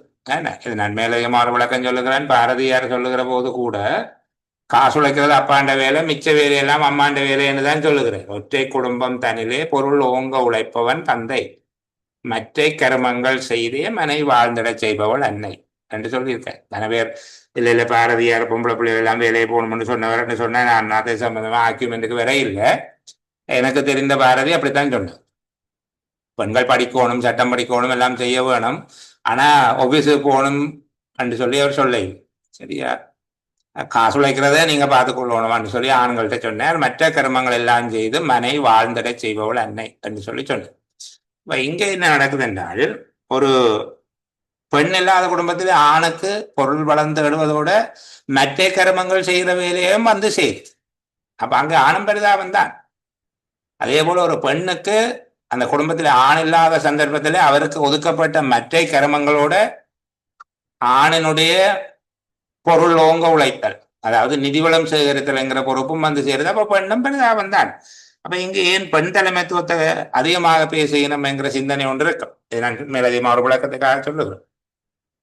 உண்மையில பெண்கள் சமூகத்தில அழுத்தத்துக்குள்ளாகிற வாய்ப்பு, இப்ப தனி ஒருவராக குடும்ப பொறுப்புகளை தாங்குகிற ஒரு பெண் ஒருவர் அழுத்தத்துக்கு உள்ளாகுவதற்கான சந்தர்ப்பங்கள், வாய்ப்புகள் ஒரு ஆண் தலைமை தாங்குகிற போது அவர் அழுத்தத்துக்கு உள்ளாகக்கூடிய சந்தர்ப்பங்களை விட அதிகமானவை என்பதன் காரணமாகத்தான் பெண் தலைமைத்துவ குடும்பங்கள் பரிதாபத்துக்குரியவர்களாக அல்லது நலன்புரி நன்மைகளினால் போஷிக்கப்பட வேண்டியவர்களாக கருதப்படுகிறார்கள். அப்ப இந்த விடயத்தை நாங்கள் பெண் தலைமைத்துவ குடும்பங்களோட சேர்த்து எழுத வேணும்.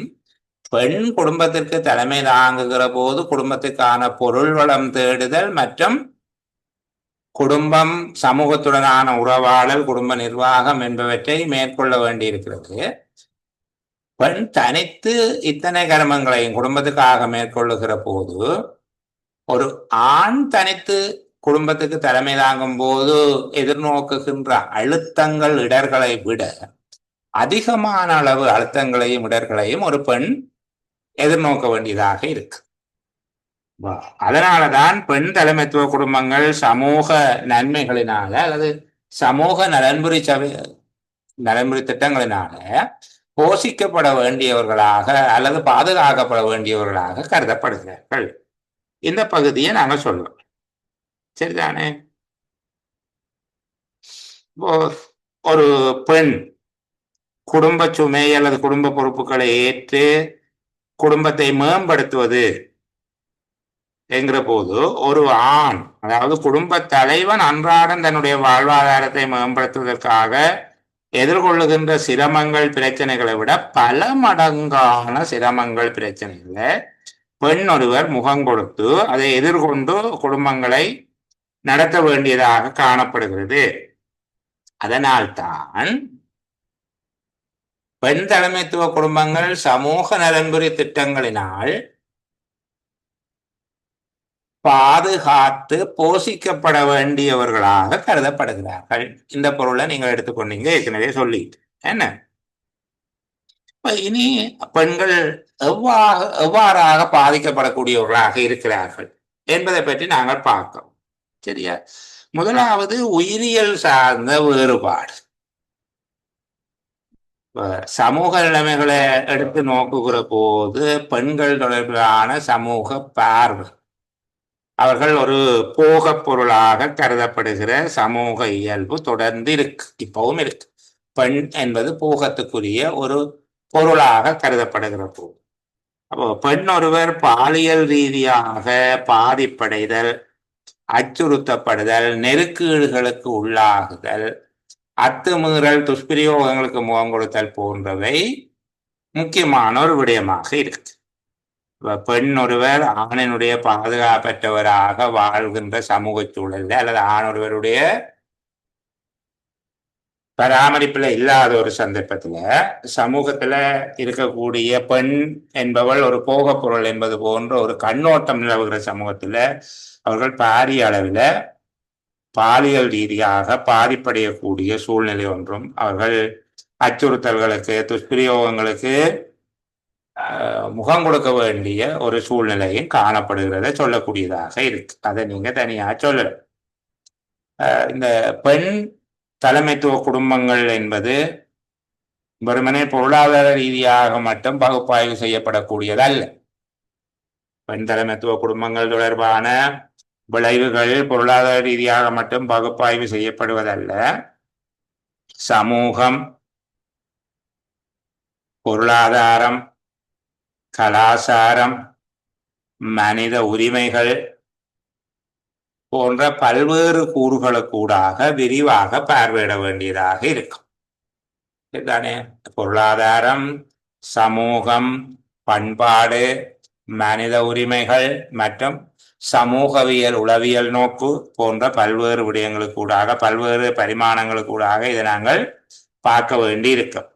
பொருளாதார சவால்கள் என்று சொல்லி பார்க்குற நேரத்தில் பெண்கள் தலைமை தாங்குகிற குடும்பங்கள்ல பெரும்பாலானவர்கள் குறைந்த வருமானங்களை பெறுகிறவர்களாக இருக்கிறார்கள். குறைந்த வருமானம் பெறுபவர்களாக இருக்கிறார்கள். அவர்களுக்கான பணி நேரங்கள் வரையறுக்கப்பட்டிருக்கிறது. ஒன்று, மரபு ரீதியாக பெண்களுக்கான வேதனை கொடுப்பனவுகளில் காணப்படுகிற ஏற்றத்தாழ்வு ஒரு காரணமாக சொல்லலாம். பெண்களுக்கு எதிராக இருக்கிற தொழில் ரீதியான போக்குகள், ஆண் ஒருவரை வேலைக்கு அமர்த்தினால் அவர் அதிகமாக வேலை செய்வார், பெண் குறைவாக வேலை செய்வார் என்பது போன்ற ஒரு கருத்தியல் இருக்கு. இப்ப தொழில் ரீதியான போக்குகளை பார்க்கிற போது பெண்களுக்கு காணப்படக்கூடிய ஒரு பாகுபாடான போக்குகள் இந்த பொருளாதார ரீதியான நிலைவுக்கு காரணமாக இருக்கும். பெண்களுக்கான வேலை வாய்ப்புகள் குறைவாக இருக்கிறது, அல்லது பெண்கள் எல்லா வேலை வாய்ப்புகளையும் அணுகுவதற்கான வாய்ப்புகள் சமூகத்துல குறைவாக இருக்கிறது. அதிகமான வருமான குறைபாடுகளை எதிர்நோக்குவதற்கு அவர்கள் எல்லா வேலை நேரங்களிலும் பணியில் விட முடியாதவர்களாக இருப்பதும் அவர்களுடைய பொருளாதார ரீதியான நெருக்கீட்டுக்கு காரணமாக இருக்கு. அதே போல எல்லா வகையான தொழில்களிலும் பெண்கள் ஈடுபடுவதற்கான வாய்ப்பு குறைவாக இருக்கு.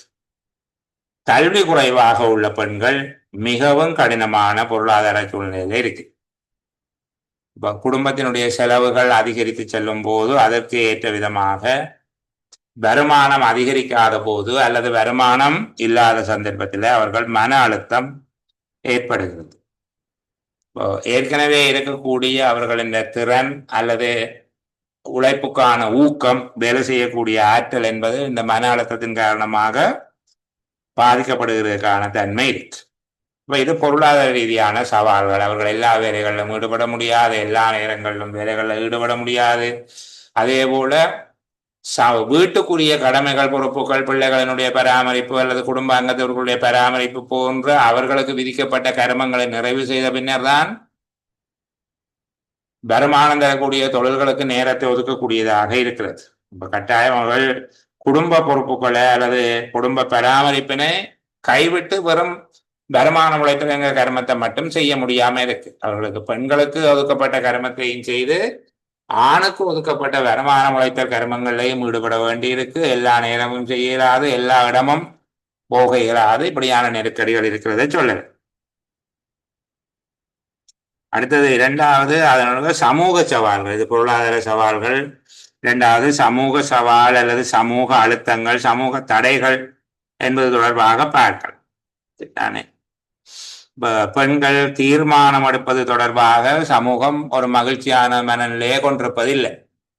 பெண்களுடைய தீர்மானம் தொடர்பில் பெண்கள் தீர்மானம் எடுப்பதற்கு தகுதியானவர்கள் என்பது தொடர்பில் சமூகம் சாதகமான எண்ணப்பாங்க கொண்டிருப்பதில்லை. சரிதானே?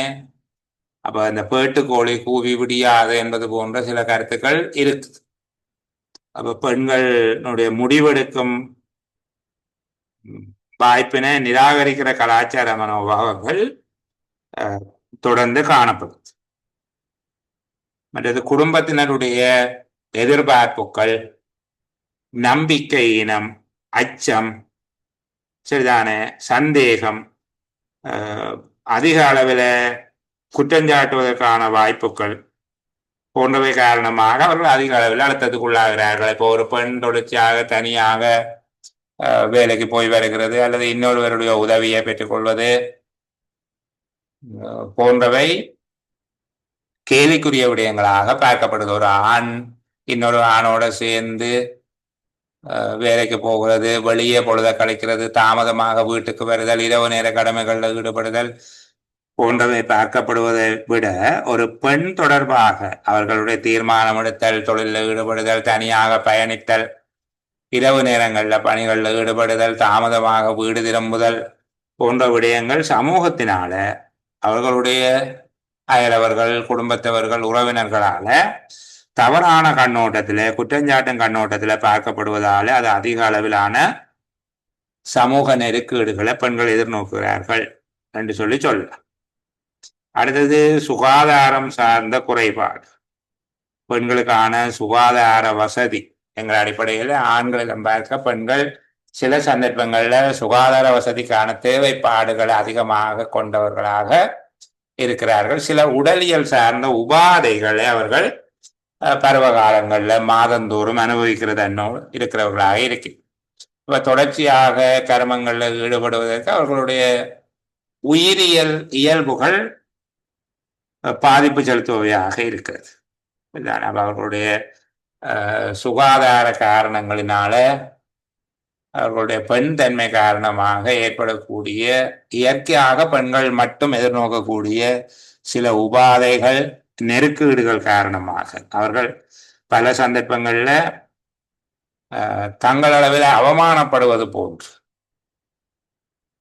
தன்மைகள் ஏற்படுகிறது, பார்க்கக்கூடியதா இருக்கு. அதுபோல அவர்கள் சுகாதாரம், கல்வி சார்ந்த குறைபாடுகள், குழந்தைகளுக்கு தரமான கல்வியையும் சுகாதாரத்தையும் பெற்றுக் கொடுப்பதில் அவர்கள் உழைப்பில் ஈடுபடுவது தடையாக இருக்கும். அவர்கள் வேலைக்கு போறதா, பிள்ளையை பராமரிக்கிறதா, பிள்ளையை கிளினிக் கூட்டி கொண்டு போகிறதா, காலையில பாடசாலை ஏற்றி கொண்டு போய் பாடசாலை முடிகிற போது அதில் காவல் நின்று கூட்டி கொண்டு வருகிறதா என்கிற தெரிவுகள் வருகிற நேரத்தில் குழந்தைகளுக்கான சுகாதாரம், கல்வி, வீட்டில் அவர்களுக்கு செய்து கொடுக்க வேண்டிய அடிப்படை வசதிகள் போன்றவற்றின் மீது கவனம் செலுத்துவதா அல்லது குடும்ப வருமானத்தில் கவனம் செலுத்துவதா என்கிற இரட்டை சுமை காரணமாக அவர்கள் குழந்தைகளையும் முழுமையாக பராமரிக்க முடியாமல், குழந்தைகளுடைய கல்வி, அவர்களுடைய உணவு, சுகாதாரம், அவர்களுடைய போசாக்கு, பொழுதுபோக்கு மட்டங்கள், ஆடை ஆபரணங்கள் போன்ற பல்வேறு விடயங்கள்ல குழந்தைகளுக்கான அடிப்படை வசதிகள் தொடர்பில் முழுமையாக கவனம் செலுத்த முடியாதவர்களாக அவர்கள் இருப்பார். அதே போல நிதி பாதுகாப்பு விடயங்கள், நிதி சார்ந்த விடயங்கள்ல பெண்கள் தொடர்பான நம்பிக்கை இனம் அதிக அளவில் காணப்படுது. பெண்களுக்காக கடன் வழங்குதல் என்பது, பெண்களுக்கு ஒரு கடனை கொடுக்கிறது என்கிறது ஆணோடு ஒப்பிடும் போது குறைந்த அளவிலான நம்பிக்கைத்தன்மையைத்தான் கொண்டிருக்கு. இன்னொன்று அவர்களுக்கான பாதுகாப்பு, நீதியை பெற்றுக்கொள்ளுதல். குறிப்பாக வறுமைக்குட்பட்ட பெண்கள் பலரால அத்துமீறல் செய்யப்படுகிறதுக்கு சந்தர்ப்பங்கள் இருக்குது. அவர்கள் வருமானம், தங்களுடைய தொடர்ச்சியான வேலை, இப்படியான வெவ்வேறு விடயங்களை கருத்தில் கொண்டு அச்சுறுத்தல்களை வெளிப்படுத்த முடியாதவர்களாக இருப்பார்கள். அச்சுறுத்தல்கள் தொடர்பில் குரல் கொடுக்க முடியாதவர்களாக, அவர்கள் குரலற்றவர்களாக இருப்பார்கள். தங்களுடைய வாழ்வாதாரத்தை மேம்படுத்திக் கொள்வது தொடர்பில் அவர்களுக்கான பாதுகாப்பு மற்றும் நீதியை பெற்றுக்கொள்வதில் தடைகள் காணப்படுகிறது. அவர்கள் பலவீனமானவர்களாக இருக்கிறார். சரிதானே? அதுபோல பெண்களுடைய இயல்பான மன எழுச்சிகள் அல்லது அவர்களுடைய உணர்வுகள், சரிதானே, அவர்களுடைய ஒரு அனுதாபம் தேடுகிற உள தேவைப்பாடுகள் தொடர்பாக சமூகத்தில் காணப்படுகிற மதிப்பீடுகள் வேறுபட்டவையாக இருக்கிறது. இப்போ தன்னுடைய குடும்ப துணையை இழந்த பெண்கள், அது அவர்களுடைய விதி, அவை அப்படித்தான் இருக்க வேணும். சரிதானே? அவ்வாறு விதிக்கப்பட்டது. அவர்கள் வேறு விதமாக ஒரு ஆதரவை நாடுதல் ஆகாது.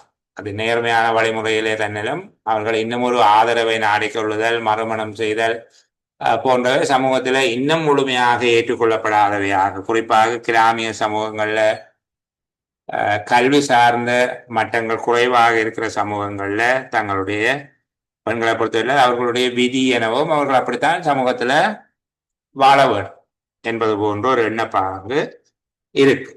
அப்போ அவர்கள் அதன் காரணமாக அவர்களுடைய உயிரியல் சார்ந்த தேவைகள் அல்லது மன உணர்வுகள், ஆதாரம் தேடுகிற இயல்பு போன்றவை முற்றாக நிராகரிக்கப்பட்டு அவர்களுடைய உணர்வுகள் மதிக்கப்படாம மன அழுத்தங்கள் மேம்படுகிற விதமாக, மன அழுத்தங்களை அதிகரிக்க செய்கிற விதமாகத்தான் அந்த சூழ்நிலை இருக்கு. இவர்களுக்கு அவர்கள் இந்த பிரச்சனைகளுக்கு முகம் கொடுக்கக்கூடிய பிரச்சனையை சொல்லி போட்டு நீங்கள் உங்களுடைய வகைபாகத்துக்கு போக வேணும். ஒரு கட்டுரையாட்டு வருகிற நேரத்துல அப்ப இவ்வாறு இருக்கக்கூடிய பெண்கள் தொடர்பில் நாங்கள் மேற்கொள்ளக்கூடிய நடவடிக்கை என்ன? இந்த பெண்கள் எதிர்கொள்ளக்கூடிய சவால்கள் மற்றும் பிரச்சனைகளை முகம் கொடுக்கக்கூடிய ஆற்றலை, தன்னம்பிக்கையை வளர்த்து விட வேண்டும். அவர்கள் முகம் கொடுக்கக்கூடிய ஆற்றல், அவர்களுக்கான தன்னம்பிக்கை வளர்ச்சியில கவனம் செலுத்தவும், அதுபோல அவர்களுடைய பொருளாதாரத்துக்கான ஒரு தாங்கு சக்தியாக, அவருடைய பொருளாதார மேம்பாட்டுக்கு ஆதரவளிக்கிறதாக நாளாந்த குடும்ப வாழ்வுக்கான நிதி ஆதாரங்களை தேடிக்கொள்வதற்கும் நீண்ட கால நோக்கில நிலைத்திருக்கும் தொழில்களை அவர்கள் தங்கள் வசமாக்கிக் கொள்வதற்குமான திட்டங்களை நாங்கள் வகுத்து செயற்படுவோம்.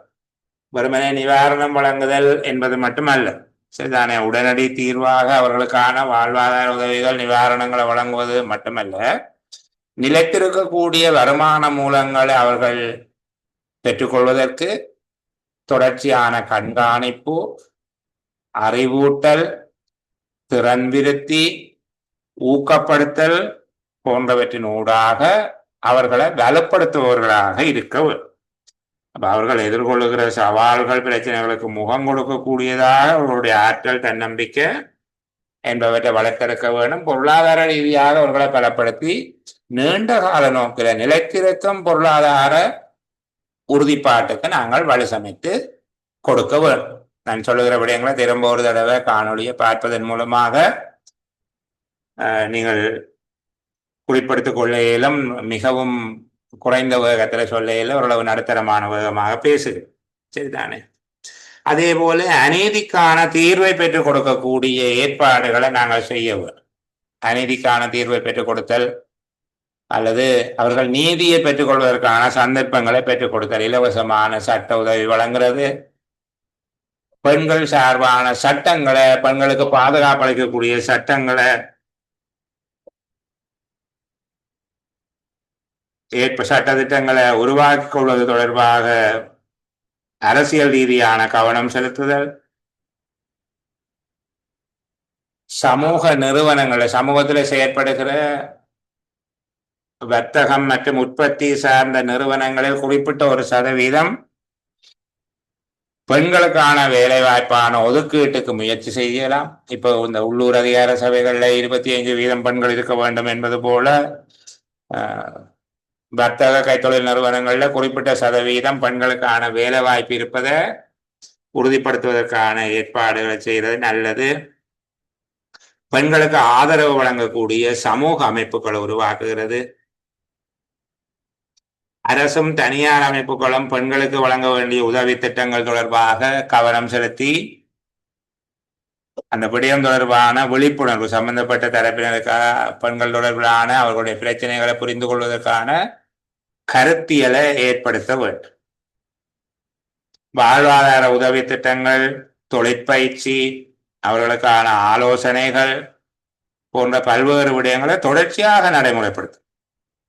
அது தொடர்பில் தொடர்ச்சியான கண்காணிப்பும் வழிகாட்டலும் ஊக்கப்படுத்தலும் அவசியமானதாக இருக்கும்.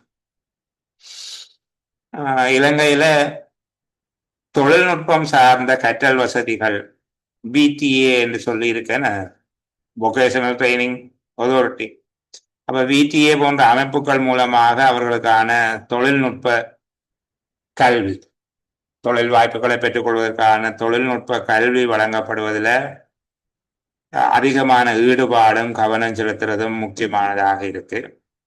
அதுபோல பெண்களுக்கு எதிரான வன்முறைகள் பற்றி பெண்கள் அல்லாதவர்களிடம் விழிப்புணர்வு ஏற்படுத்த வேணும். அவர்களுடைய பரிதாப நிலை, அவர்கள் எதிர்நோக்கிற அழுத்தங்கள் தொடர்பாக முக்கியமாக கவனம் செலுத்த வேணும். குடும்பங்களினுடைய பொருளாதார நிலையை உயர்த்துவது, வன்முறைக்கு எதிரான சட்டத்திட்டங்கள் குறித்து அவர்களுடைய உரிமைகளை பாதுகாப்பது தொடர்பான விடயங்கள் தொடர்பில் விழிப்புணர்வு ஏற்படுத்துறது, பெண்களுக்கான மனநல ஆதரவுகளை வழங்குதல், சமூக அமைப்புகள் அவற்றினுடைய செயற்பாட்டு திட்டத்தில் ஒரு பகுதியை பெண்களுக்குரியதாக ஏற்பாடு செய்து கொள்ளல் போன்ற பல்வேறு செயற்பாடுகளுக்கு ஊடாக இதனை மேம்படுத்தி இப்போ நடக்கிற திட்டங்கள் சம்பந்தமாக கேட்டால், நீங்கள் இலங்கையில சமுர்த்தி திட்டம் இப்போது மற்றும் அஸ்வசும நடைமுறை திட்டம், சமுர்த்தி திட்டமும் இப்போ இருக்கு, நிவாரணம் மட்டும் கொடுக்கறது இல்லையே தவிர அவர்களுடைய சமூக நடைமுறை திட்டங்கள், சேமிப்பு திட்டம், தொழில் முயற்சிக்கான வாழ்வாதார முயற்சிக்கான கடன் வழங்குதல், சரி அப்படியான விடயங்கள் இருக்கு. சமுர்த்தி திட்டம் முழுசாயினும் மூடுபட இல்லை. இப்போ இலங்கையில சமுர்த்தி திட்டம், அஸ்வசும நடைமுறை திட்டங்கள், அதுபோல சமூக மகளிர் திட்ட அமைப்புகள், குறைந்த வருமான குடும்பங்களுக்கு வழங்கப்படுகிற நடைமுறை திட்டங்கள், மாகாண மகளிர் விவகார அமைச்சு மற்றும் சமூக சேவை திணைக்களங்களினால் வழங்கப்படுகிற உதவிகள் போன்ற பல்வேறு விதமான திட்டங்களால பெண்கள் இவ்வாறு போஷிக்கப்படுகிறார்கள். இப்படி எல்லாம் செய்ய வேணும் என்று சொல்லி போட்டு என்னென்ன செய்யறோம் என்று சொல்லியும் சொல்லுவேன், சரிதானே? அப்போ பெண் தலைமைத்துவ குடும்பங்களினுடைய அதிகரிப்புக்கு காரணமாக இருந்த யுத்தம், இடப்பெயர்வு, காணாமல் போதல், வெளிநாட்டுக்கான புலம்பெயர்வு போன்ற பல்வேறு காரணங்களினுடைய வீச்சு இன்றைக்கு குறைவடைந்து வருது. வெளிநாட்டுக்கான புலம்பெயர்கள் கூட ஓரளவு குறைஞ்சிட்டு, இப்போ ஏனைய காரணிகள் பெருமளவு இல்லாமல் போயிட்டு. அப்ப இதனால எதிர்காலத்துல இது தொடர்பிலான சவால்களின் அளவு மட்டுப்படுத்தப்படுறதுக்கான வாய்ப்பு இருக்கு. ஆனால் இப்போது இருக்கக்கூடிய சவால்களுக்கு உரிய தீர்வு காணாவிட்டால் இதனுடைய தாக்கம் நீண்ட நெடுங்காலம் நிலைத்திருக்கு. இப்போது இருக்கக்கூடிய அவர்களுடைய மட்டுப்பாடுகள், வரையறைகள் தொடர்பில் ஒரு தீர்வை நாங்கள் முழுமையாக காண முடியாமல் போனால் அது நீண்ட கால நிலைத்திருக்கும் விளைவுகளை தரும். அவர்களுடைய பிள்ளைகள் கல்வி அறிவற்றவர்களாக மாறுறது, ஆரோக்கியமற்றவர்களாக மாறுறது, போசாக்கு குறைந்த மந்த போஷணை உள்ளவர்களாக மாறுவது, எதிர்காலத்துல வாழ்வாதாரத்தை கொண்டு நடத்த முடியாம சமூக குற்றங்கள்ல ஈடுபடுகிறது, சரிதானே? சமூகத்துக்கு முரணான பிரஜைகளாக தோற்றம் பெறுவது, சமூகத்தில் அவர்களுக்கு நம்பிக்கை இனம் ஏற்படுவது, நாங்கள் கட்டு வந்து போயிருக்கைகளை யார் நமக்கு உதவி செய்தவே, ஆகவே இந்த சமூகம் ஒரு பயனற்ற சமூகம் என்பது போல ஒரு ஆன்டி சோஷியல் பிஹேவியர் ஒன்று வரும். அவர்களுக்கு சமூக முரண் நடத்த ஒன்று தோன்றும். சரி, ஆகவேதான் இது அவர்களுடைய நன்மைகளை மட்டுமல்ல, எதிர்கால சமூக நலன் கருதியும் எதிர்கால சமூகத்துல ஏற்படக்கூடிய பாதகமான விளைவுகளை கருதியும் அவர்களுடைய பிரச்சனைகள் சமகாலத்தில் இப்போதே கையாளப்பட வேண்டும், சமகாலத்திலேயே கையாளப்பட வேண்டும். எதிர்காலத்தில் இந்த பிரச்சனைக்கான தீவிரத்தன்மை குறைவடையும். அது எங்களுக்கு நம்மதிலே சொன்னது போல யுத்தம், இடம்பெயர்வு, காணாமல் போதல், என்ன யுத்தத்தில் ஈடுபட்டு இறந்து போதல் போன்ற பல்வேறு காரணங்கள், யுத்தம் காரணமாக இடம்பெயர்வு போன்றவை, அல்லது இந்த யுத்த காலத்தில் இடம்பெற்ற சிறு வயது திருமணங்கள், அவசர திருமணங்கள் போன்ற பல்வேறு காரணிகள் இன்றைய குறைஞ்சு கொண்டு போகுது. ஆனால் இப்போதும் இருக்கக்கூடிய காரணங்கள், பெண் தலைமைத்துவ குடும்பங்களை தோற்றுவிக்கக்கூடிய காரணிகள் சிலதில் அதிகரிப்பு இருக்கு. இளவயது திருமணங்கள் சரிதானே, குறிப்பாக இளவயது திருமணங்கள், காதல் என்கிற பெயரில் நடைபெறுகிற இளவயது திருமணங்களும் அதனால காலப்போக்கில் கைவிட்டு செல்லுதல், வேறு திருமணம் செய்தல், பிரிந்து வாழ்தல் போன்ற காரணங்கள் எதிர்காலத்தில் தொடர்ந்து நிலைத்திருக்கும். ஆனால் ஏனைய காரணிகள் அவ்வாறு இல்லை. அப்ப இந்த விடயங்களை கையாளுவதற்கு பெண் தலைமைத்துவ குடும்பங்கள் எதிர்கொள்ளுகின்ற பொருளாதார, சமூக ரீதியான, பண்பாட்டு ரீதியான, அதே போல நீதியை பெற்றுக்கொள்ளுதல், மனித உரிமை, உள ஆதரவு போன்ற பல்வேறு விதமான சவால்களை தீர்ப்பதற்கு வேண்டிய நடைமுறை நிகழ்ச்சி திட்டங்களை அரசாங்கம், மாகாண அரசாங்க நிர்வாகம், சமூக மட்ட அமைப்புகள், பொதுமக்கள், தனிநபர்கள் என எல்லோரும் கவனம் செலுத்தி செயற்பட வேண்டும். சமூகத்தில் இருக்கிற ஒவ்வொரு தனி மனிதரும் பெண்களினுடைய மனச்சோர்வு இல்லாத, மதிப்புள்ள, சுயமதிப்புள்ள வாழ்க்கையை அவர்கள் வாழ்வதற்கு, அவர்கள் பெற்றுக்கொள்வதற்கு உறுதுணையாக இருக்க வேண்டியது ஒவ்வொரு தனி மனிதர்களுடைய சமூக பொறுப்பாக நாங்கள் அதை உணரவும். அவர்கள் சவால்களை எதிர்கொள்வதற்கும் சவால்களுக்கான தீர்வுகளை கண்டடைவதற்கும் வழங்குகின்ற உதவி என்பது இந்த சமுதாயத்தில் நீண்ட கால நன்மைகளை நோக்கியதாக அமையும். அவ்வாறு நீண்ட கால நன்மைகளை நோக்கியதாக அமைந்தால் பெண்கள் தலைமை தாங்கும் குடும்பங்கள் தங்களுடைய வாழ்வாதாரங்களை முன்னோக்கி கொண்டு செல்வது மட்டுமல்ல, இந்த சமூகத்துல அவர்கள்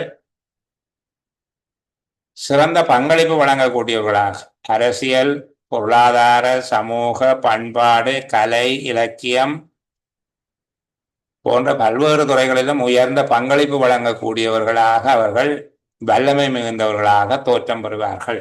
ஆகவே பெண் தலைமைத்துவ குடும்பங்களையும் அவர்கள் சார்ந்தவர்களையும் போஷித்தல் என்பது ஒவ்வொரு தனி மனிதனுடைய கடமையாக கருதி நாங்கள் மேற்கொள்ள வேண்டியதாக இருக்கும்.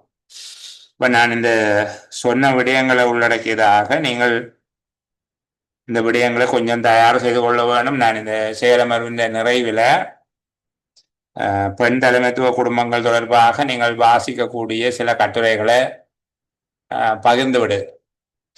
இனி அதை வாசித்துக் கொள்வதும் அவற்றில் இருக்கக்கூடிய பிரதானமான கருத்துக்களை உள்வாங்கி இந்த விடயங்கள் தொடர்பில் உங்கள்கிட்ட சில வேளைகள் அவர்களோட பகுப்பாய்வு கட்டுரை ஒன்றை எதிர்பார்ப்பார்கள். இதனுடைய நன்மை, தீமை, இது தொடர்பில் இருக்கக்கூடிய சவால்களுக்கு மேற்கொள்ளப்படுகிற உதவி. இப்போ நாங்கள் என்னென்ன விடயம் பார்த்திருக்கிறோம் என்று சொல்லி ஒரு பொழிப்பு ஒன்றை நான் சொல்லுகிறேன், ஒரு சமரி ஒன்றை நான் சொல்லித்தருகிறேன். முதலாவது, பெண் தலைமைத்துவ குடும்பம் என்று நாங்கள் கருதுவது என்ன, பெண் தலைமைத்துவ குடும்பங்கள் தோன்றுவதற்கான காரணங்கள் என்ன, அவர்கள் ஏன் ஆதரவளிக்கப்பட வேண்டியவர்களாக சமூக நலன்புரி முறைமைகளினால் ஆதரவளித்து பலப்படுத்தப்பட வேண்டியவர்களாக காணப்படுகிறார்கள், ஏன் பரிதாபத்துக்குரியவர்களாக இருக்கிறார்கள் என்பது தொடர்பாக நாங்கள் முதலாவது விடயமா பார்த்தோம். இவ்வளத்தையும் உள்ளடக்கியதாக ஒரு 4 உள்ளடக்கங்களை கொண்ட ஒரு பந்தியாக நாங்கள் இதை கருதலாம். சரிதானே? பெண் தலைமைத்துவ குடும்பங்கள் என்பது யாரை கருதுகிறது, பெண் தலைமைத்துவ குடும்பங்கள் தோற்றம் பெறுவதற்கான காரணம் என்ன, இந்த ரெண்டையும் சேர்த்து ஒன்றாகவே நாங்கள் எழுதிட்டோம். இந்த காரணங்களால பெண்கள் தலைமை தாங்குகிற குடும்பங்கள்லாம் பெண் தலைமைத்துவ குடும்பம் என்று சொல்லிட்டோம். காரணத்தை திருப்பி எழுதுறதோ இல்லை. இந்த காரணங்களினால பெண்கள் தனித்து குடும்பத்தை தாங்க வேண்டி இருக்கக்கூடிய குடும்பங்களை தான் நாங்கள் இப்படி கருதுகிறோம் என்று சொல்லி பார்த்தோம். அதுக்கு பிறகு நாங்கள் அவர்களை ஏன் சமூக நலன்புரி திட்டங்களினால ஆதரவளிக்க வேண்டிய அல்ல தாங்க வேண்டியவர்களாக அவர்கள் இருக்கிறார்கள், ஏன் அவர்கள் பரிதாபத்துக்குரியவர்கள் என்பது தொடர்பாக பார்க்க. அப்ப இந்த விடயங்களை சொல்லி போட்டு இவர்கள் பல்வேறு விதமான பொருளாதார, சமூக, பண்பாட்டு, சமூகவியல், உளவியல், நீதி சார்ந்த பல்வேறு விதமான சவால்களை எதிர்நோக்கி நிற்கிறார்கள். அந்த விடயங்கள் தொடர்பாக நாங்கள் ஆராயலாம் என்று முதல் பந்தியில முடிக்கிறது. அதுக்கு பிறகு பெண்கள் தங்களுடைய குடும்பத்தை போஷிப்பதற்கான நிதி மூலங்களை பெற்றுக் கொள்வதில்லை, அவர்களுடைய வருமான மூலங்களை பெற்றுக் கொள்வதில்லை, அல்ல வருமானங்களை உழைத்துக் கொள்வதில்லை. அவர்கள் பல்வேறு தடைகளையும் சவால்களையும் எதிர்கொள்கிறார்கள். அதற்கான காரணங்கள் என்ன என்பதை பற்றி நாங்கள் சொல்லுவோம். சரிதான், அதை பற்றி நான் ஏற்கனவே சொல்லி இருக்கிறேன்.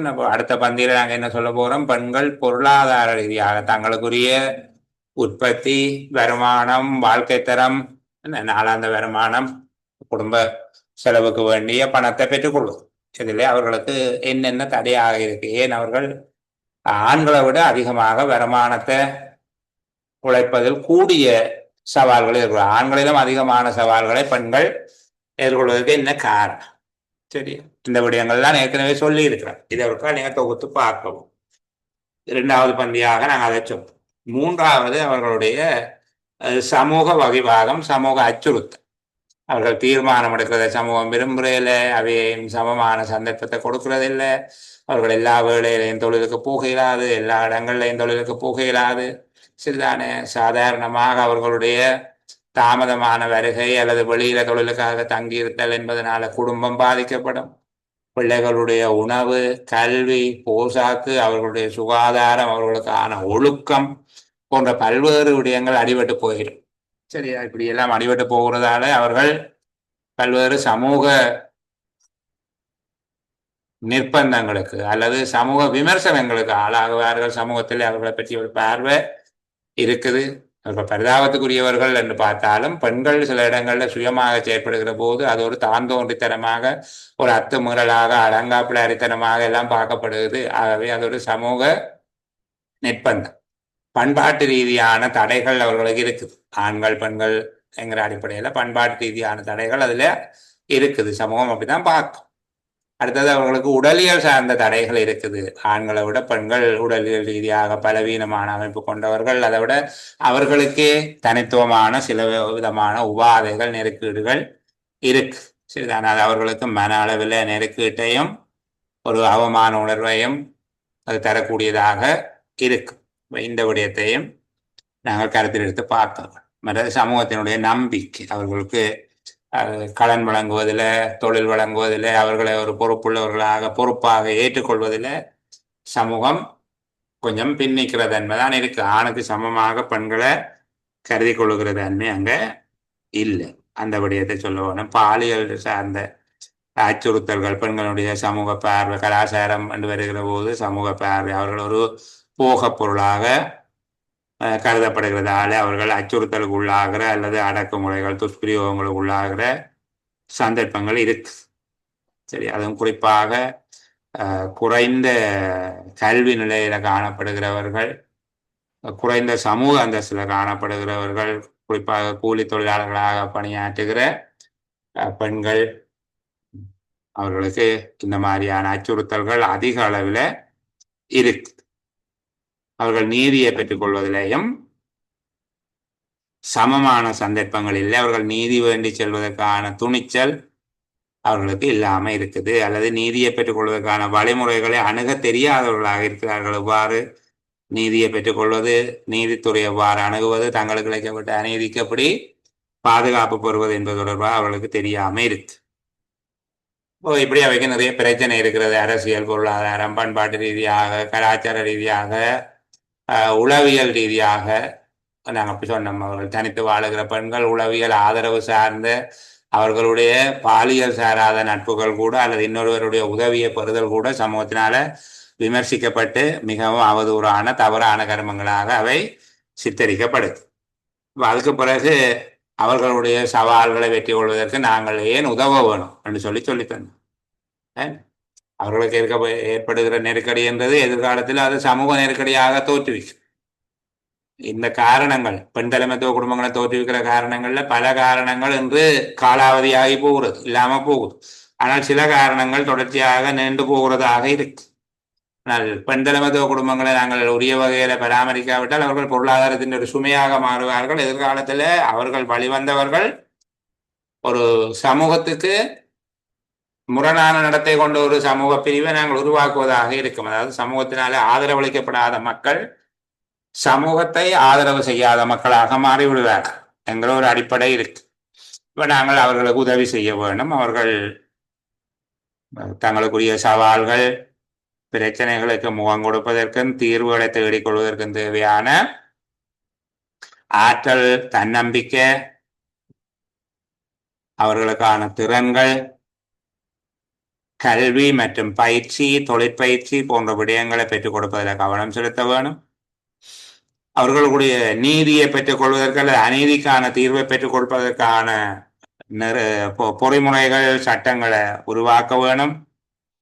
பெண்களுக்கான தொழில் வாய்ப்புகளுக்கு நாங்கள் சில நடைமுறைகள், சில அணுகல்களை பெற்றுக்கொள்ள வேணும். வேலை நிறுவனங்கள்ல, அரசு நிறுவனங்கள்ல, தனியார் நிறுவனங்கள்ல பெண்களுக்கு ஆதரவு வழங்கக்கூடிய ஒரு போக்கினை ஏற்படுத்துவதற்கு செயற்திட்டங்களை வகுத்து செய்ய வேணும்.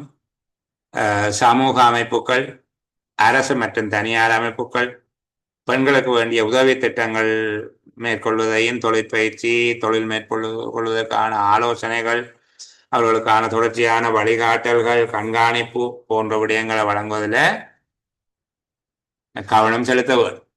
அன்ன காலத்தில் அவர்களுக்கு வொகேஷனல் ட்ரைனிங், தொழில் வாய்ப்பு பயிற்சிகள் வழங்கப்படுகிறது. சமுர்த்தி திட்டத்தினூடாக உதவி அளிக்கப்படுது, இலவச சட்ட உதவி வழங்கப்படுகிறது, இளவயது திருமணங்கள் தொடர்பான விழிப்புணர்வு ஏற்படுத்தப்பட்டு வருகிறது. மனநல ஆதரவு வழங்குவதற்கான பல்வேறு பொறிமுறைகள் ஏற்படுத்தப்பட்டிருக்கு. சமுர்த்தி மற்றும் அஸ்வசும போன்ற உதவி திட்டங்களுக்கு கூட, நடைமுறை சமூக நடைமுறை திட்டங்களுக்கு கூடாக அவர்கள் ஆதரவளிக்கப்படுபவர்களாக இருக்கணும்.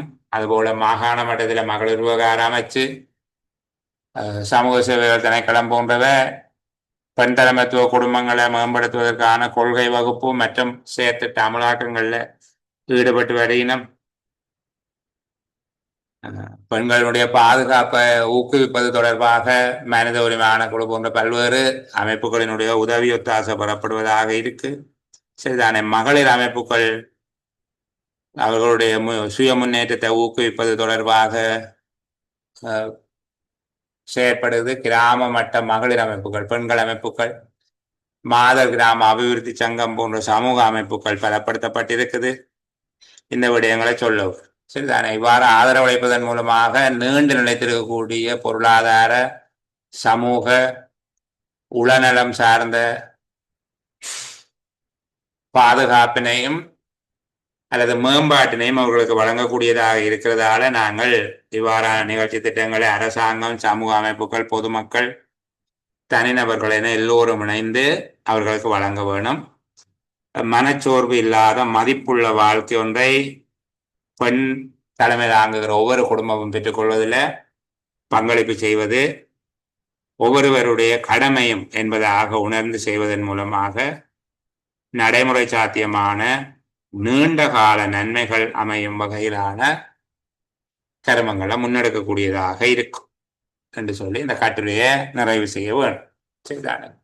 இந்த விடயங்கள் தொடர்பில் நீங்கள் சில தகவல்களை தேடி பெற்றுக்கொள்ள வேணும். வடக்கில் பெண் தலைமைத்துவ குடும்பங்கள், என்னுடைய ஞாபகம் சரியாக இருந்தால் ஏறத்தாழ 55,000 பேர். சரி, அதில் யாழ்ப்பாணத்தில் அரைவாசி ஆட்கள் 26,000 அல்லது 27,000 வரையானவர்கள் இருப்பதாக கணிப்பீடு செய்யப்பட்டிருக்கு. மிகுதி 27,000 பேரும் ஏனைய 4 மாவட்டங்கள், இந்த வடக்கு மாகாணத்தில் இருக்கிற 5 மாவட்டங்கள் தொடர்பான படம் ஒன்று நான் குழுவில் பதிவிட்டிருந்தேன். அதை பாருங்க. நிலப்பரப்பு ரீதியாக பெரிய மாவட்டம், சின்ன மாவட்டம் என்று இருக்கு. அந்த அமைவிடங்களையும் விளங்கிக் கொள்ள வேண்டும். கடல் உள்ளது, கடல் இல்லாதது, இப்படி எல்லாம் அதில் நிறைய விடயங்கள் பகிர்ந்திருக்கிறேன் குழுவில். அது பிடிஎஃப் ஆகவும் போட்டிருந்தேன். திரும்ப அதை போட்டோவாகவும் மாற்றி போட்டிருக்கேன். அதை பாருங்க. சரி, இப்போ இந்த பகுதியில் நான் சொல்லுகிறேன். இந்த பெண்களினுடைய எண்ணிக்கை, பெண் தலைமைத்துவ குடும்பங்கள்ல பெண்களினுடைய எண்ணிக்கை குறைவாக இருக்கிறது வவுனியா மாவட்டத்தில். மற்றது முல்லைத்தீவு, கிளிநொச்சி, மன்னார் மாவட்டங்கள் ஏறத்தாழ சமமானவையாகத்தான் இருக்குது. அவை இரண்டாம் இடத்துல இருக்கிறதாக அவற்றுக்குள்ள சின்ன சின்ன வேறுபாடு இருக்கலாம். ஆக குறைவாக இருக்கிறது வவுனியா, ஆக கூடுதலாக இருக்கிறது யாழ்ப்பாணம். சரிதானே? யாழ்ப்பாணத்தில் இருக்கிற பெண்கள் அபிவிருத்தி நிறுவனம் திருமதி சரோஜா சிவச்சந்திரன் அவர்களுடைய தலைமையில் நடைபெறுகிற ஒரு நிறுவனத்தினுடைய கணிப்பீடு தான் இறுதியாக மேற்கொள்ளப்பட்ட கணிப்பீடு என்று நினைக்கிறேன். அது சரியாக இருக்கலாம். இப்போ இந்த மாதிரியான சில தகவல்களை நீங்கள் எடுத்து வச்சு கொண்டால் இன்னும் பயனுள்ளதாக இருக்கும். இந்த வகையிலான கேள்விகளை எதிர்பார்க்கலாம். பெண் தலைமைத்துவ குடும்பங்கள் எதிர்கொள்கிற பொருளாதார சவால்கள் என்ன, உளவியல் சவால்கள் என்ன, இப்படியாக ஒரு கேள்விகளை அவர்கள் கேட்கலாம். இந்த விடயம் தொடர்பான அறிவைத்தானே பரிசீலிக்கிறேன்னு சொல்லி இருக்கணும். இப்போ முழுவதும் உரைப்பகுதியில் தராமல் பெண்கள் தலைமை தாங்குகிற குடும்பங்கள் தொடர்பான ஒரு உரைப்பகுதியை தந்த பின்னர் உங்களுடைய சொந்த உள்ளீடுகளை பரீட்சிப்பதற்கான வினாக்களை அவர்கள் கேட்கலாம். அல்லது அவர்களுக்கு வழங்கப்படுகின்ற உதவிகளை சரிதானே, எவ்வாறான உதவிகள் வழங்கப்படலாம் அல்ல வழங்கப்பட வேணும், இந்த மாதிரியான கேள்விகளை கேட்கலாம். பெண் தலைமைத்துவ குடும்பங்கள் தொடர்பில் கேட்கப்படக்கூடிய கேள்விகள் எல்லாவற்றுக்கும் பதிலளிக்கும் விதமாக முக்கியமான கட்டுரைகள் அடங்கிய இணையதள பக்கங்களினுடைய இணைப்புகளை நான் உங்களுக்கு நாளை காலையில் கிடைக்கக்கூடியதாக அனுப்பி வைக்கிறேன். சரியா?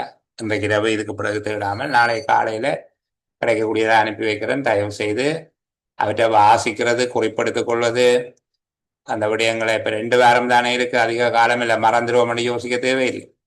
ஏற்கனவே உங்களுக்கு நான் தந்திருக்கிற முதியோர் தொடர்பான விடயங்களை கொஞ்சம் அலசி ஆராய வேணும். பெண் தலைமைத்துவ குடும்பங்கள் தொடர்பாக நான் இன்றைய பேசியிருக்கிறோம். மாற்றுத்திறனாளிகள் அல்லது மாற்றாற்றலுடையவர்கள் என்று சொல்லப்படுகிற அங்கவீனமுற்றவர்கள், சரிதானே, உடல் உள குறைபாடு உடையவர்கள், வல இழப்புக்குட்பட்ட நபர்கள், அப்படி ஒவ்வொரு பேர்களால் அழைக்கப்படுகிற டிசபிலிட்டி பர்சன் சம்பந்தமாக நாங்கள் நாளைய செயலமர்வுள்ள கொஞ்சம் விஷயத்தை பேசலாம். இது தவிரவும் முக்கியமானவை என்று கருதப்படுகிற பொது அறிவு தகவல்களை நான் அவ்வப்போது குழுவில் பகிர்ந்து கொள்ளுகிறேன். எதையும் தவற விட வேண்டும்.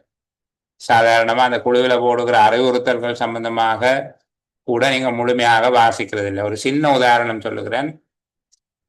இந்த குழுவில் தொடக்கத்தில் இருந்தே இணைந்திருக்கிற சில பேர் கொடுப்பனவை செலுத்துவதற்காக வங்கி கணக்கிழக்கத்தை தரும்படி என்னிடம் கேட்கிறவர்கள் உண்டு.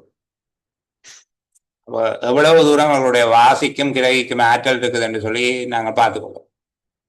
இதை ரெக்கார்டிங்ல தான் சொல்லுகிறேன். என்ன கேட்கிறார்கள், வராமலும் இருப்பார். 53 பேர்ல 27 பேர் தான் இருக்கிறீங்க. சரியா? அப்போ எவ்வளவு தூரம் அவர்கள் கருத்தூண்டி வாசிக்கிறவர்களாக இருப்பார்கள் என்று சொல்லி எனக்கு அவர்கள் மீது கோபிக்கிறதா பரிதாபப்படுகிறதான்னு தெரியாத நிலைமை இருக்கு. அப்படி வாசித்தால் ஒன்றும் செய்ய இயலாது. வழங்கப்பட்ட அறிவுறுத்தல்களையே திருப்பி கேட்கிறார்கள், தரப்பட்ட கட்டுரைகளை வாசிப்பார்கள் நான் நம்புகிறேன். சரி, நான் திரும்பவும் அழைத்து சொல்லுகிறேன், அந்த கட்டுரைகளை முழுமையாக வாசித்து நீங்கள் குறிப்படுத்திக் கொள்வதன் மூலமாக பரீட்சையை இலகுவாக வெற்றி கொள்ள முடியும். இருக்கக்கூடிய வரையறுக்கப்பட்ட வெற்றிடங்கள் அதிக மாணவர்கள் போட்டியிட்டால் 100 பேர் போட்டியிட்டாலும் 5 பேருக்கு தான் கிடைக்கும். ஆகவே ஓடுகிற 20 பேர்ல ஒருவருக்கு தான் போட்டியிட்டால் என்ன பரீட்சை எழுதுறதை சொல்ல இல்லை, கவனமா படிச்செழுதினால் ஒரு 100 பேர் படிச்செழுதுவினும் கவனமா, அதுல 5 பேரை தான் எடுக்க போயினோம். என்றால் வரையறுக்கப்பட்ட பரிசுகள் இருக்கிறது, அதிக மாணவர்கள் போட்டியில ஓடிக்கொண்டிருக்கிறீங்க, முந்தி ஓடுறதுக்குரிய வழி என்னன்னு இந்த 2 வாரம் படிக்கிறதுக்கு தாராளமாக இந்த நேரத்தை பயன்படுத்தி படிச்சு கொள்ளுங்க. இந்த அளவோட ரெக்கார்டிங் ஓப் பண்றேன். நீங்கள் ஏதாவது என்னோட கலந்துரையாட வேண்டி இருந்தால் காத்திருக்கிறேன். அப்படி இல்லாதவர்களுக்கு பாய் பாய், குட் நைட். திரும்ப ஒரு நல்ல பொழுதுல சந்திப்போம்.